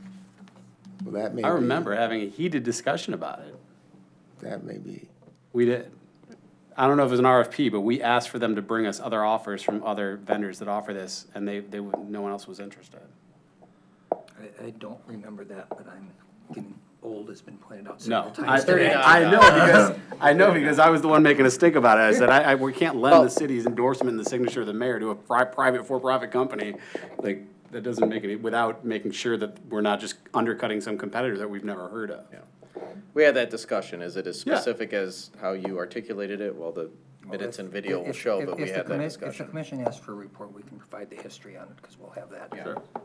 But given that it was 5 years ago, I think it would be nice to, include in a report, just a breakdown of how many residents have taken them up on this, how many folks have actually made a claim, the number of claims that have been, denied or fulfilled, what's the average amount of a claim, just so we can continue to say that the reason we're lending our credibility to this is because we believe it brings value to our residents. Commissioner Perush? I think one of the things that needs to be made clear to the residents that and it's stated clearly in the brochure that comes, but a lot of people don't quite understand it. It does not cover routine maintenance type things, like when you need to have your sewer reamed out for roots every other year or every 6 months, depending upon what kind of trees you have in your yard, because water is backing up and yucky stuff is backing up in your basement because your sewer is clogged. That insurance doesn't cover that. It only covers. Does. It does? It does. The sewer line, it will clean it once every 2 years, I believe. Really? And I have to disagree with you. Commissioner Perush has the floor. I'm sorry, Commissioner that's right, Gibbs. you were so. Okay, that was not my understanding. My understanding, at least initially, was that it doesn't cover just clean out stuff like that. No, It does, you can get it done every 2 years? I believe it's every 2 years. Okay. Commissioner Lavasser? Do we have a motion on the floor with regard to this? We do not have All a right. motion on the floor In regard that- to doing a report. In that case, I would bring the motion that Mr. Rassel provide us with a report as Commissioner DeBuck referenced, indicating how many of our citizens are taking up this company on the insurance, how many have filed claims, what are the results of the claims and number of denials. Would also like in that report just, verification that there is the routine maintenance on the drains as well, that's part of the coverage and the frequency.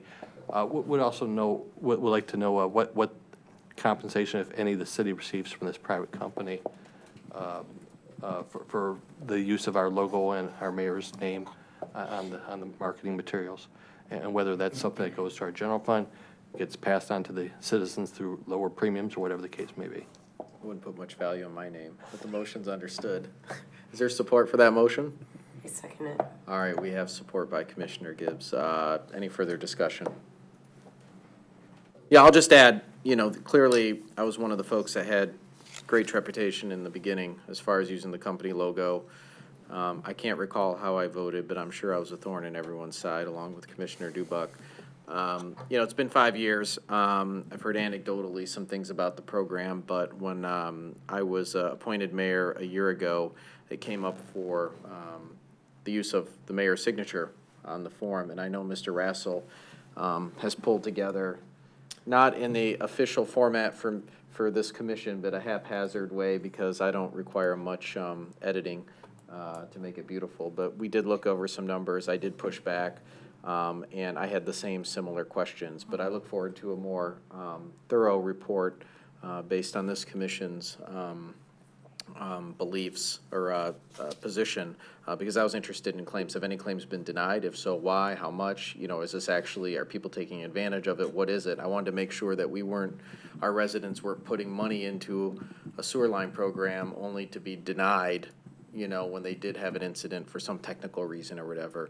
And I can't recall it exactly, because there's a million things that go on in the city, but our conversation and our findings, at least for the questions that I asked, were that the program is working. So I authorized the use of my signature last year. So Commissioner Prush? Summer before last, the city put a water main down our street, a new water main, because the old one was installed in like 1925 or something like that.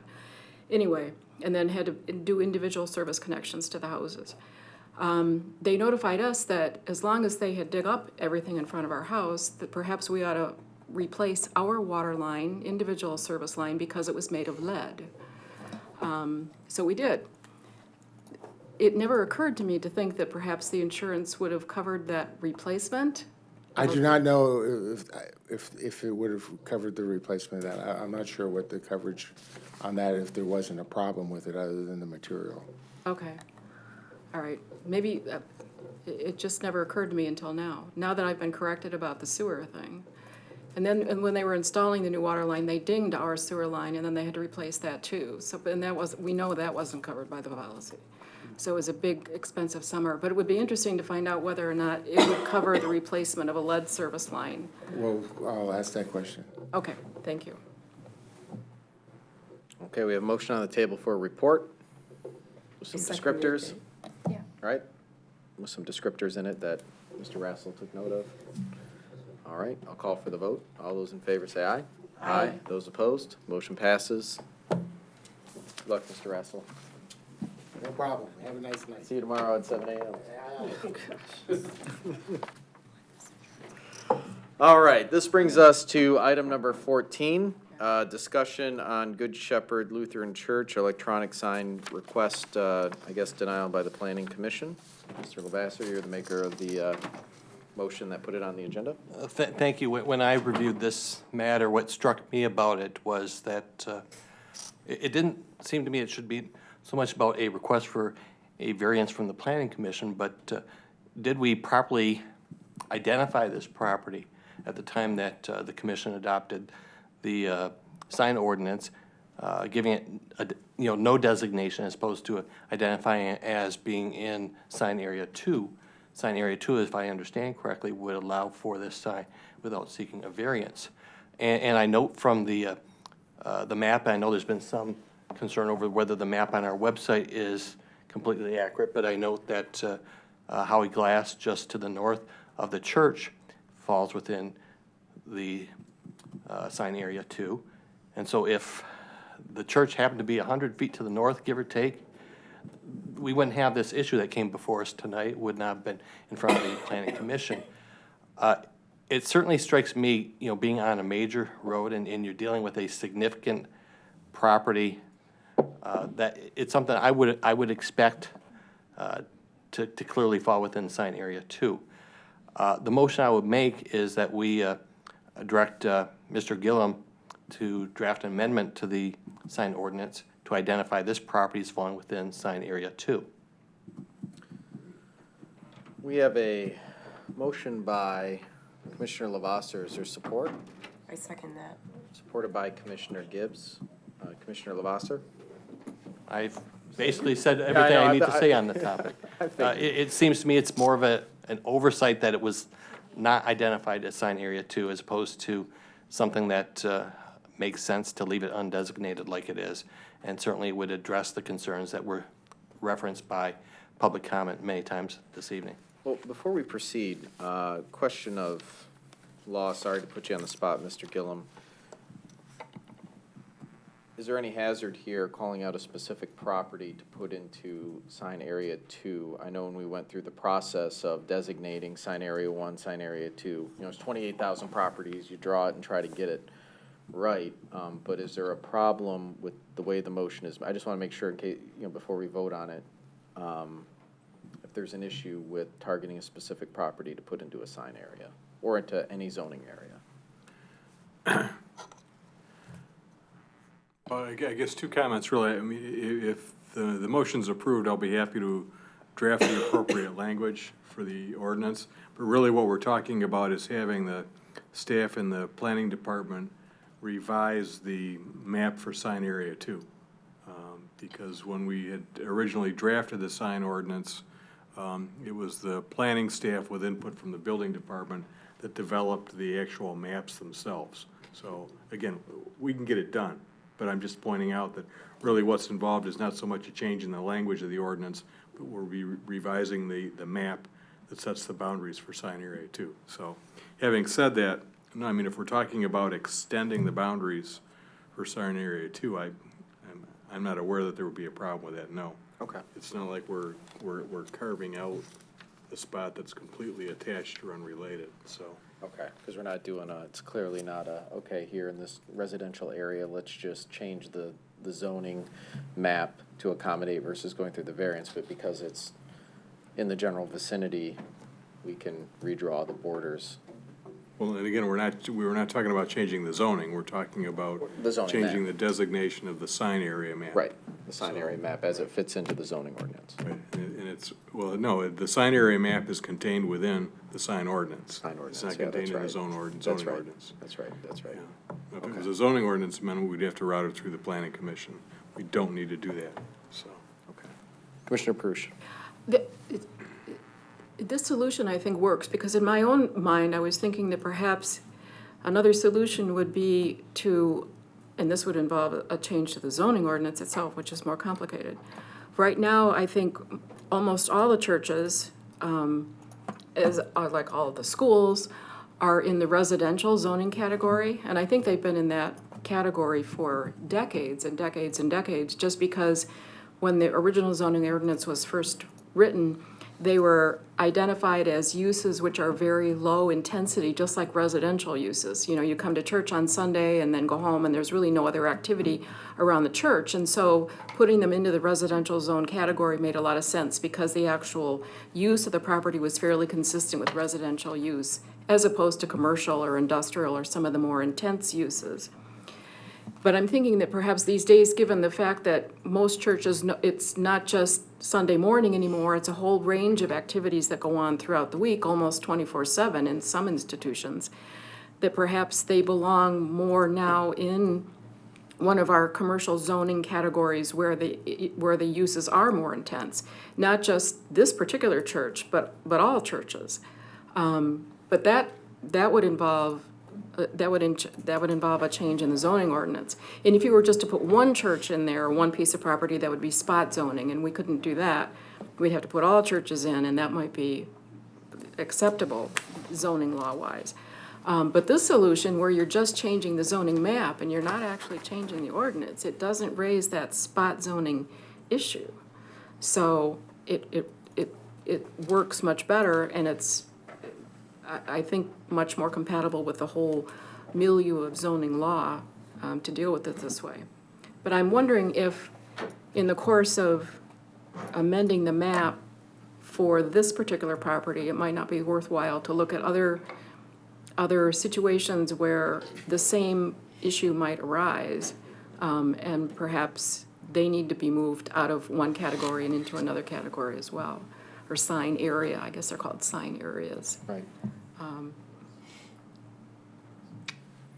Saw some hands over. Commissioner Macy? Yeah, so I'm feeling out of my depth here. This wasn't on the agenda to begin with. I haven't looked up zoning ordinances and sign ordinances. And I think that they made a really compelling argument for why they need a sign and for being an exception. And I think I'm not against Commissioner Lavasser's motion, but I feel like I'm a little bit voting blind. So I almost would prefer to have them come back with some kind of a report that on the next meeting that said, look, this is the situation and here's what you need to know, and maybe including what other areas might fall into the same category that we should be considering.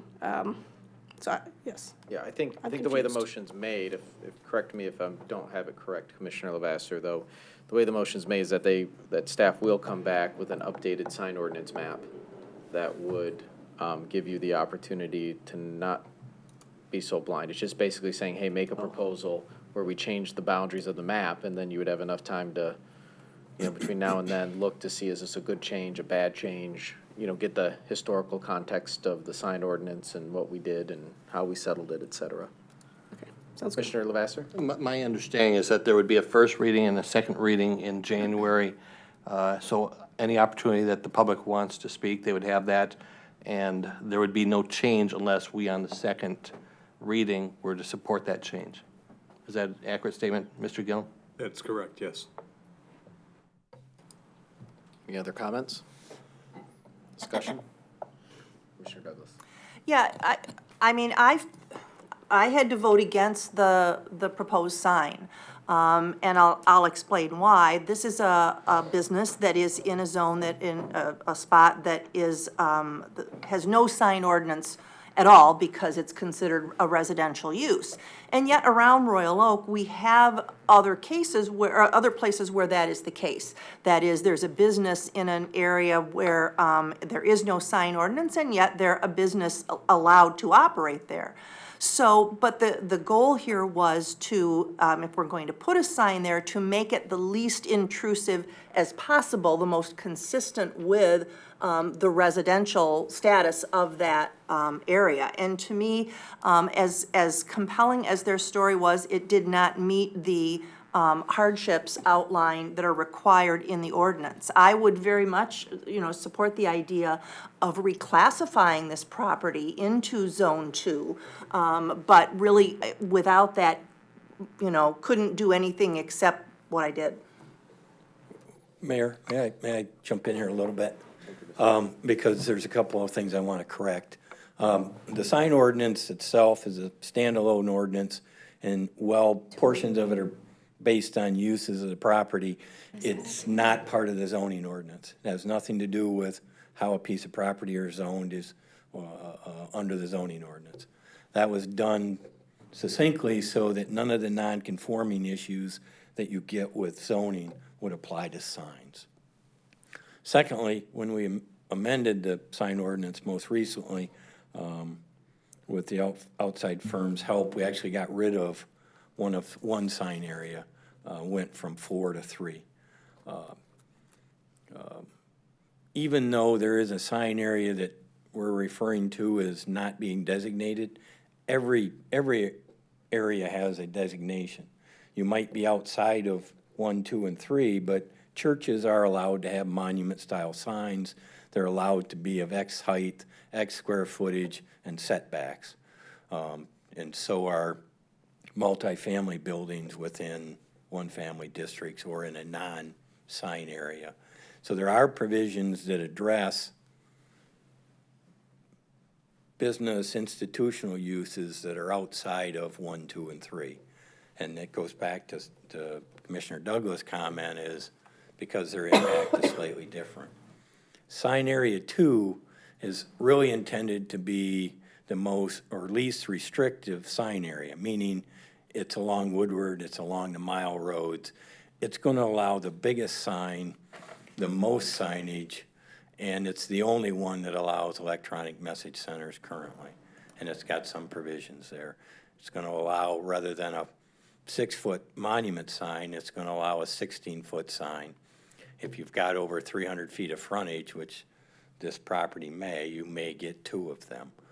So while they went to the Planning Commission under the current designation, if you simply place them in sign area 2, they'll be entitled to signage that's much greater and much more obtrusive than what they're proposing. So just rather than sticking them in sign area 2, if your directive is to treat churches or institutional uses throughout the city differently, then I would suggest you amend that portion of the ordinance, allow them all to have electronic message centers if that's your choice. And no matter where they're located then they're going to be able to do that rather than taking an institutional use and sticking it in a commercial sign district. But I'll do whatever direction you want, bring back the report, but you may want to look at the sign ordinance in greater detail than just simply sticking it in sign area 2. Commissioner Perush. You raise a good point that you don't want to create a situation where they're going to be able to put, not this applicant, certainly I can't imagine that this church would do anything like that, but someone else, if they're stuck in area 2, comes in with a request for this huge sign, and the ordinance allows it. So we don't want to get into that situation. So, perhaps your suggestion. Well, they could change their, if you stuck this in sign area 2, the church could come back and propose a totally different sign, and they'd be issued a permit based under those regulations. Yeah. It could also, now if the church changes properties, let's say they do have financial issues or whatever, and it's sold to a private entity, now that if it becomes a law firm, they could put all the big signs they want up because it's in sign area 2 versus, what the intention of the Good Shepherd Lutheran Church was, just to get a moderate electronic message board. I guess if your thought is to allow institutional church uses throughout the town to have electronic message centers, and the prior commission I know was split on this issue, which is some of the issue we had when Mr. Gilliman, my staff, and outside were looking at the ordinances, how you wanted to treat electronic message centers. So we restricted them to one sign area. If you want to broaden that out, they already have the ability to put signage at this location. The reason they went to the Planning Commission was they wanted a taller one closer to the property line and with an electronic message center. They already have the ability to have signage. So I don't want anybody to miss that they don't have the ability to have signage. Hey, Mr. Wolf? Mr. Wolf? Mr. Wolf? We're having a hard time hearing up here. Thank you. Anyways. Okay. Any questions, any other questions for Mr. Twing? I think Mr. Twing brings up a good point. Certainly I'll give my 2 cents. I sit on the Planning Commission as mayor, and I felt, and it's up to each independent opinion of each Planning Commission member, but I felt that Good Shepherd Lutheran Church did make a case for hardship. And so therefore I voted in favor of the electronic message sign. In that analysis, I also saw that their property is interestingly situated between sign area 2 to the north, and then you have another institution to the south that's sign area 2, and then you have a place across the street that's sign area 2, and it's, you know, we have 28,000 properties. I don't fault staff and any of the former commissioners for the boundaries that were drawn, because you can't really, you know, interview all the 28,000 properties and decide how you're going to draw those borders, especially if you start doing spot, you know, I guess I want to say zoning, but I know it's not zoning, but it's just embedded in my brain, and I don't think I can get that word out. Area, spot areaing, whatever. So, I think I do see the hazard that Mr. Twing's bringing up, though, and it does concern me a little bit for the fact that, you know, in my opinion, they proved a hardship. What they wanted to do didn't appear to prove a hardship to any of the surrounding neighbors, you know, because there is residential properties across the street there. But if it does change to sign area 2, then I do have concern that if, you know, the parish is on a margin thin edge as it is, they claim to be right now, that the sign is going to put them, you know, into a very bad spot where they're going to have to close. And that says to me that it's likely that someone else could be taking over the property, which concerns me about, you know, much bigger signs going up for a private commercial use, which I don't think is our complete intent as you merge into the residential area there south on Campbell. So I do like the idea of looking if we have a, and Mr. Gillum will have to keep us on task here if this is the route we go. I do like the idea of looking at sort of the institutional way of doing it. You know, it makes a little bit more sense to me in that regard, and it protects our interests and balances it in the future. But I don't know what my colleagues have to think about it. Commissioner Dubuck? Thank you, Mayor. So yeah, there's clearly an issue that needs to be addressed here. I'm certainly happy to take action in order to enable this church to have their sign, but I want to do it in not a last-minute tacked-on way that might have unintended consequences. I want to make sure that we're achieving our objective without creating problems elsewhere that we or a future commissioner are going to have to solve. So I'm not opposed to drafting of the language, but I'm more interested in getting a better understanding of, if it's our objective to allow for this sign, what is the best path forward in staff's opinion? And I would like for staff to bring, you know, that recommendation for us to consider that it achieves the objective with the fewest number of unintended consequences.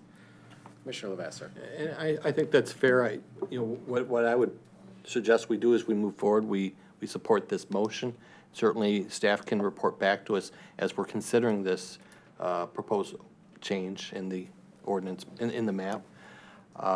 One concern I have, and Mr. Gillum would have to address it, is whether there's any problem for us to designate a type of sign for the usage of the property, such as using it for church versus using it for some other method, whether that creates any problems for us. And I don't know the answer on that, but that's something I wouldn't want us to run into any problems in the future. Yeah, that's an issue we'd have to take a look at. So from my perspective, I think the most appropriate thing would be to direct staff to come back with some kind of a report for you. I'd be happy to work with Mr. Twing in his office to give you an idea what the alternatives are, and then you can take whichever alternative or none, whatever you see fit as we go down the road. So, but we do have a motion on the table that is specific to changing Commissioner Lavasser, not to changing Commissioner Lavasser. Commissioner Lavasser. Well, perhaps I could amend my my motion with support of my second, that we add to the motion that we draft up the proposed change in the map, but that staff also report back to us so that we have that information while we're considering it during the first and second reading.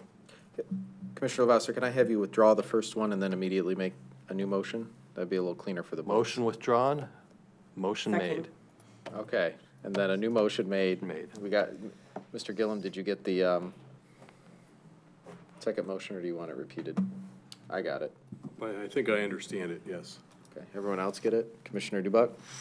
So this would still be drafting the change to the sign. As one of the alternatives. Is that labor intensive? I wouldn't want your office to have spend time on something that you're ultimately going to say, this isn't even the best option, but I spent time doing it. Here's two other options that are way better. Is it labor intensive to draft that amendment? No, because again, really, the bulk of the work, and I'll let Mr. Okay. Twing comment on that, but it's actually just revising the map itself. So, We're basically going to give you a legal description of the property itself that would have the ordinance form to add it to sign area 2. That would be one option. The second option probably will give you is under the section where there is institutional uses in non-designated sign areas would be the ability to add electronic message center signs up to some square footage. Okay.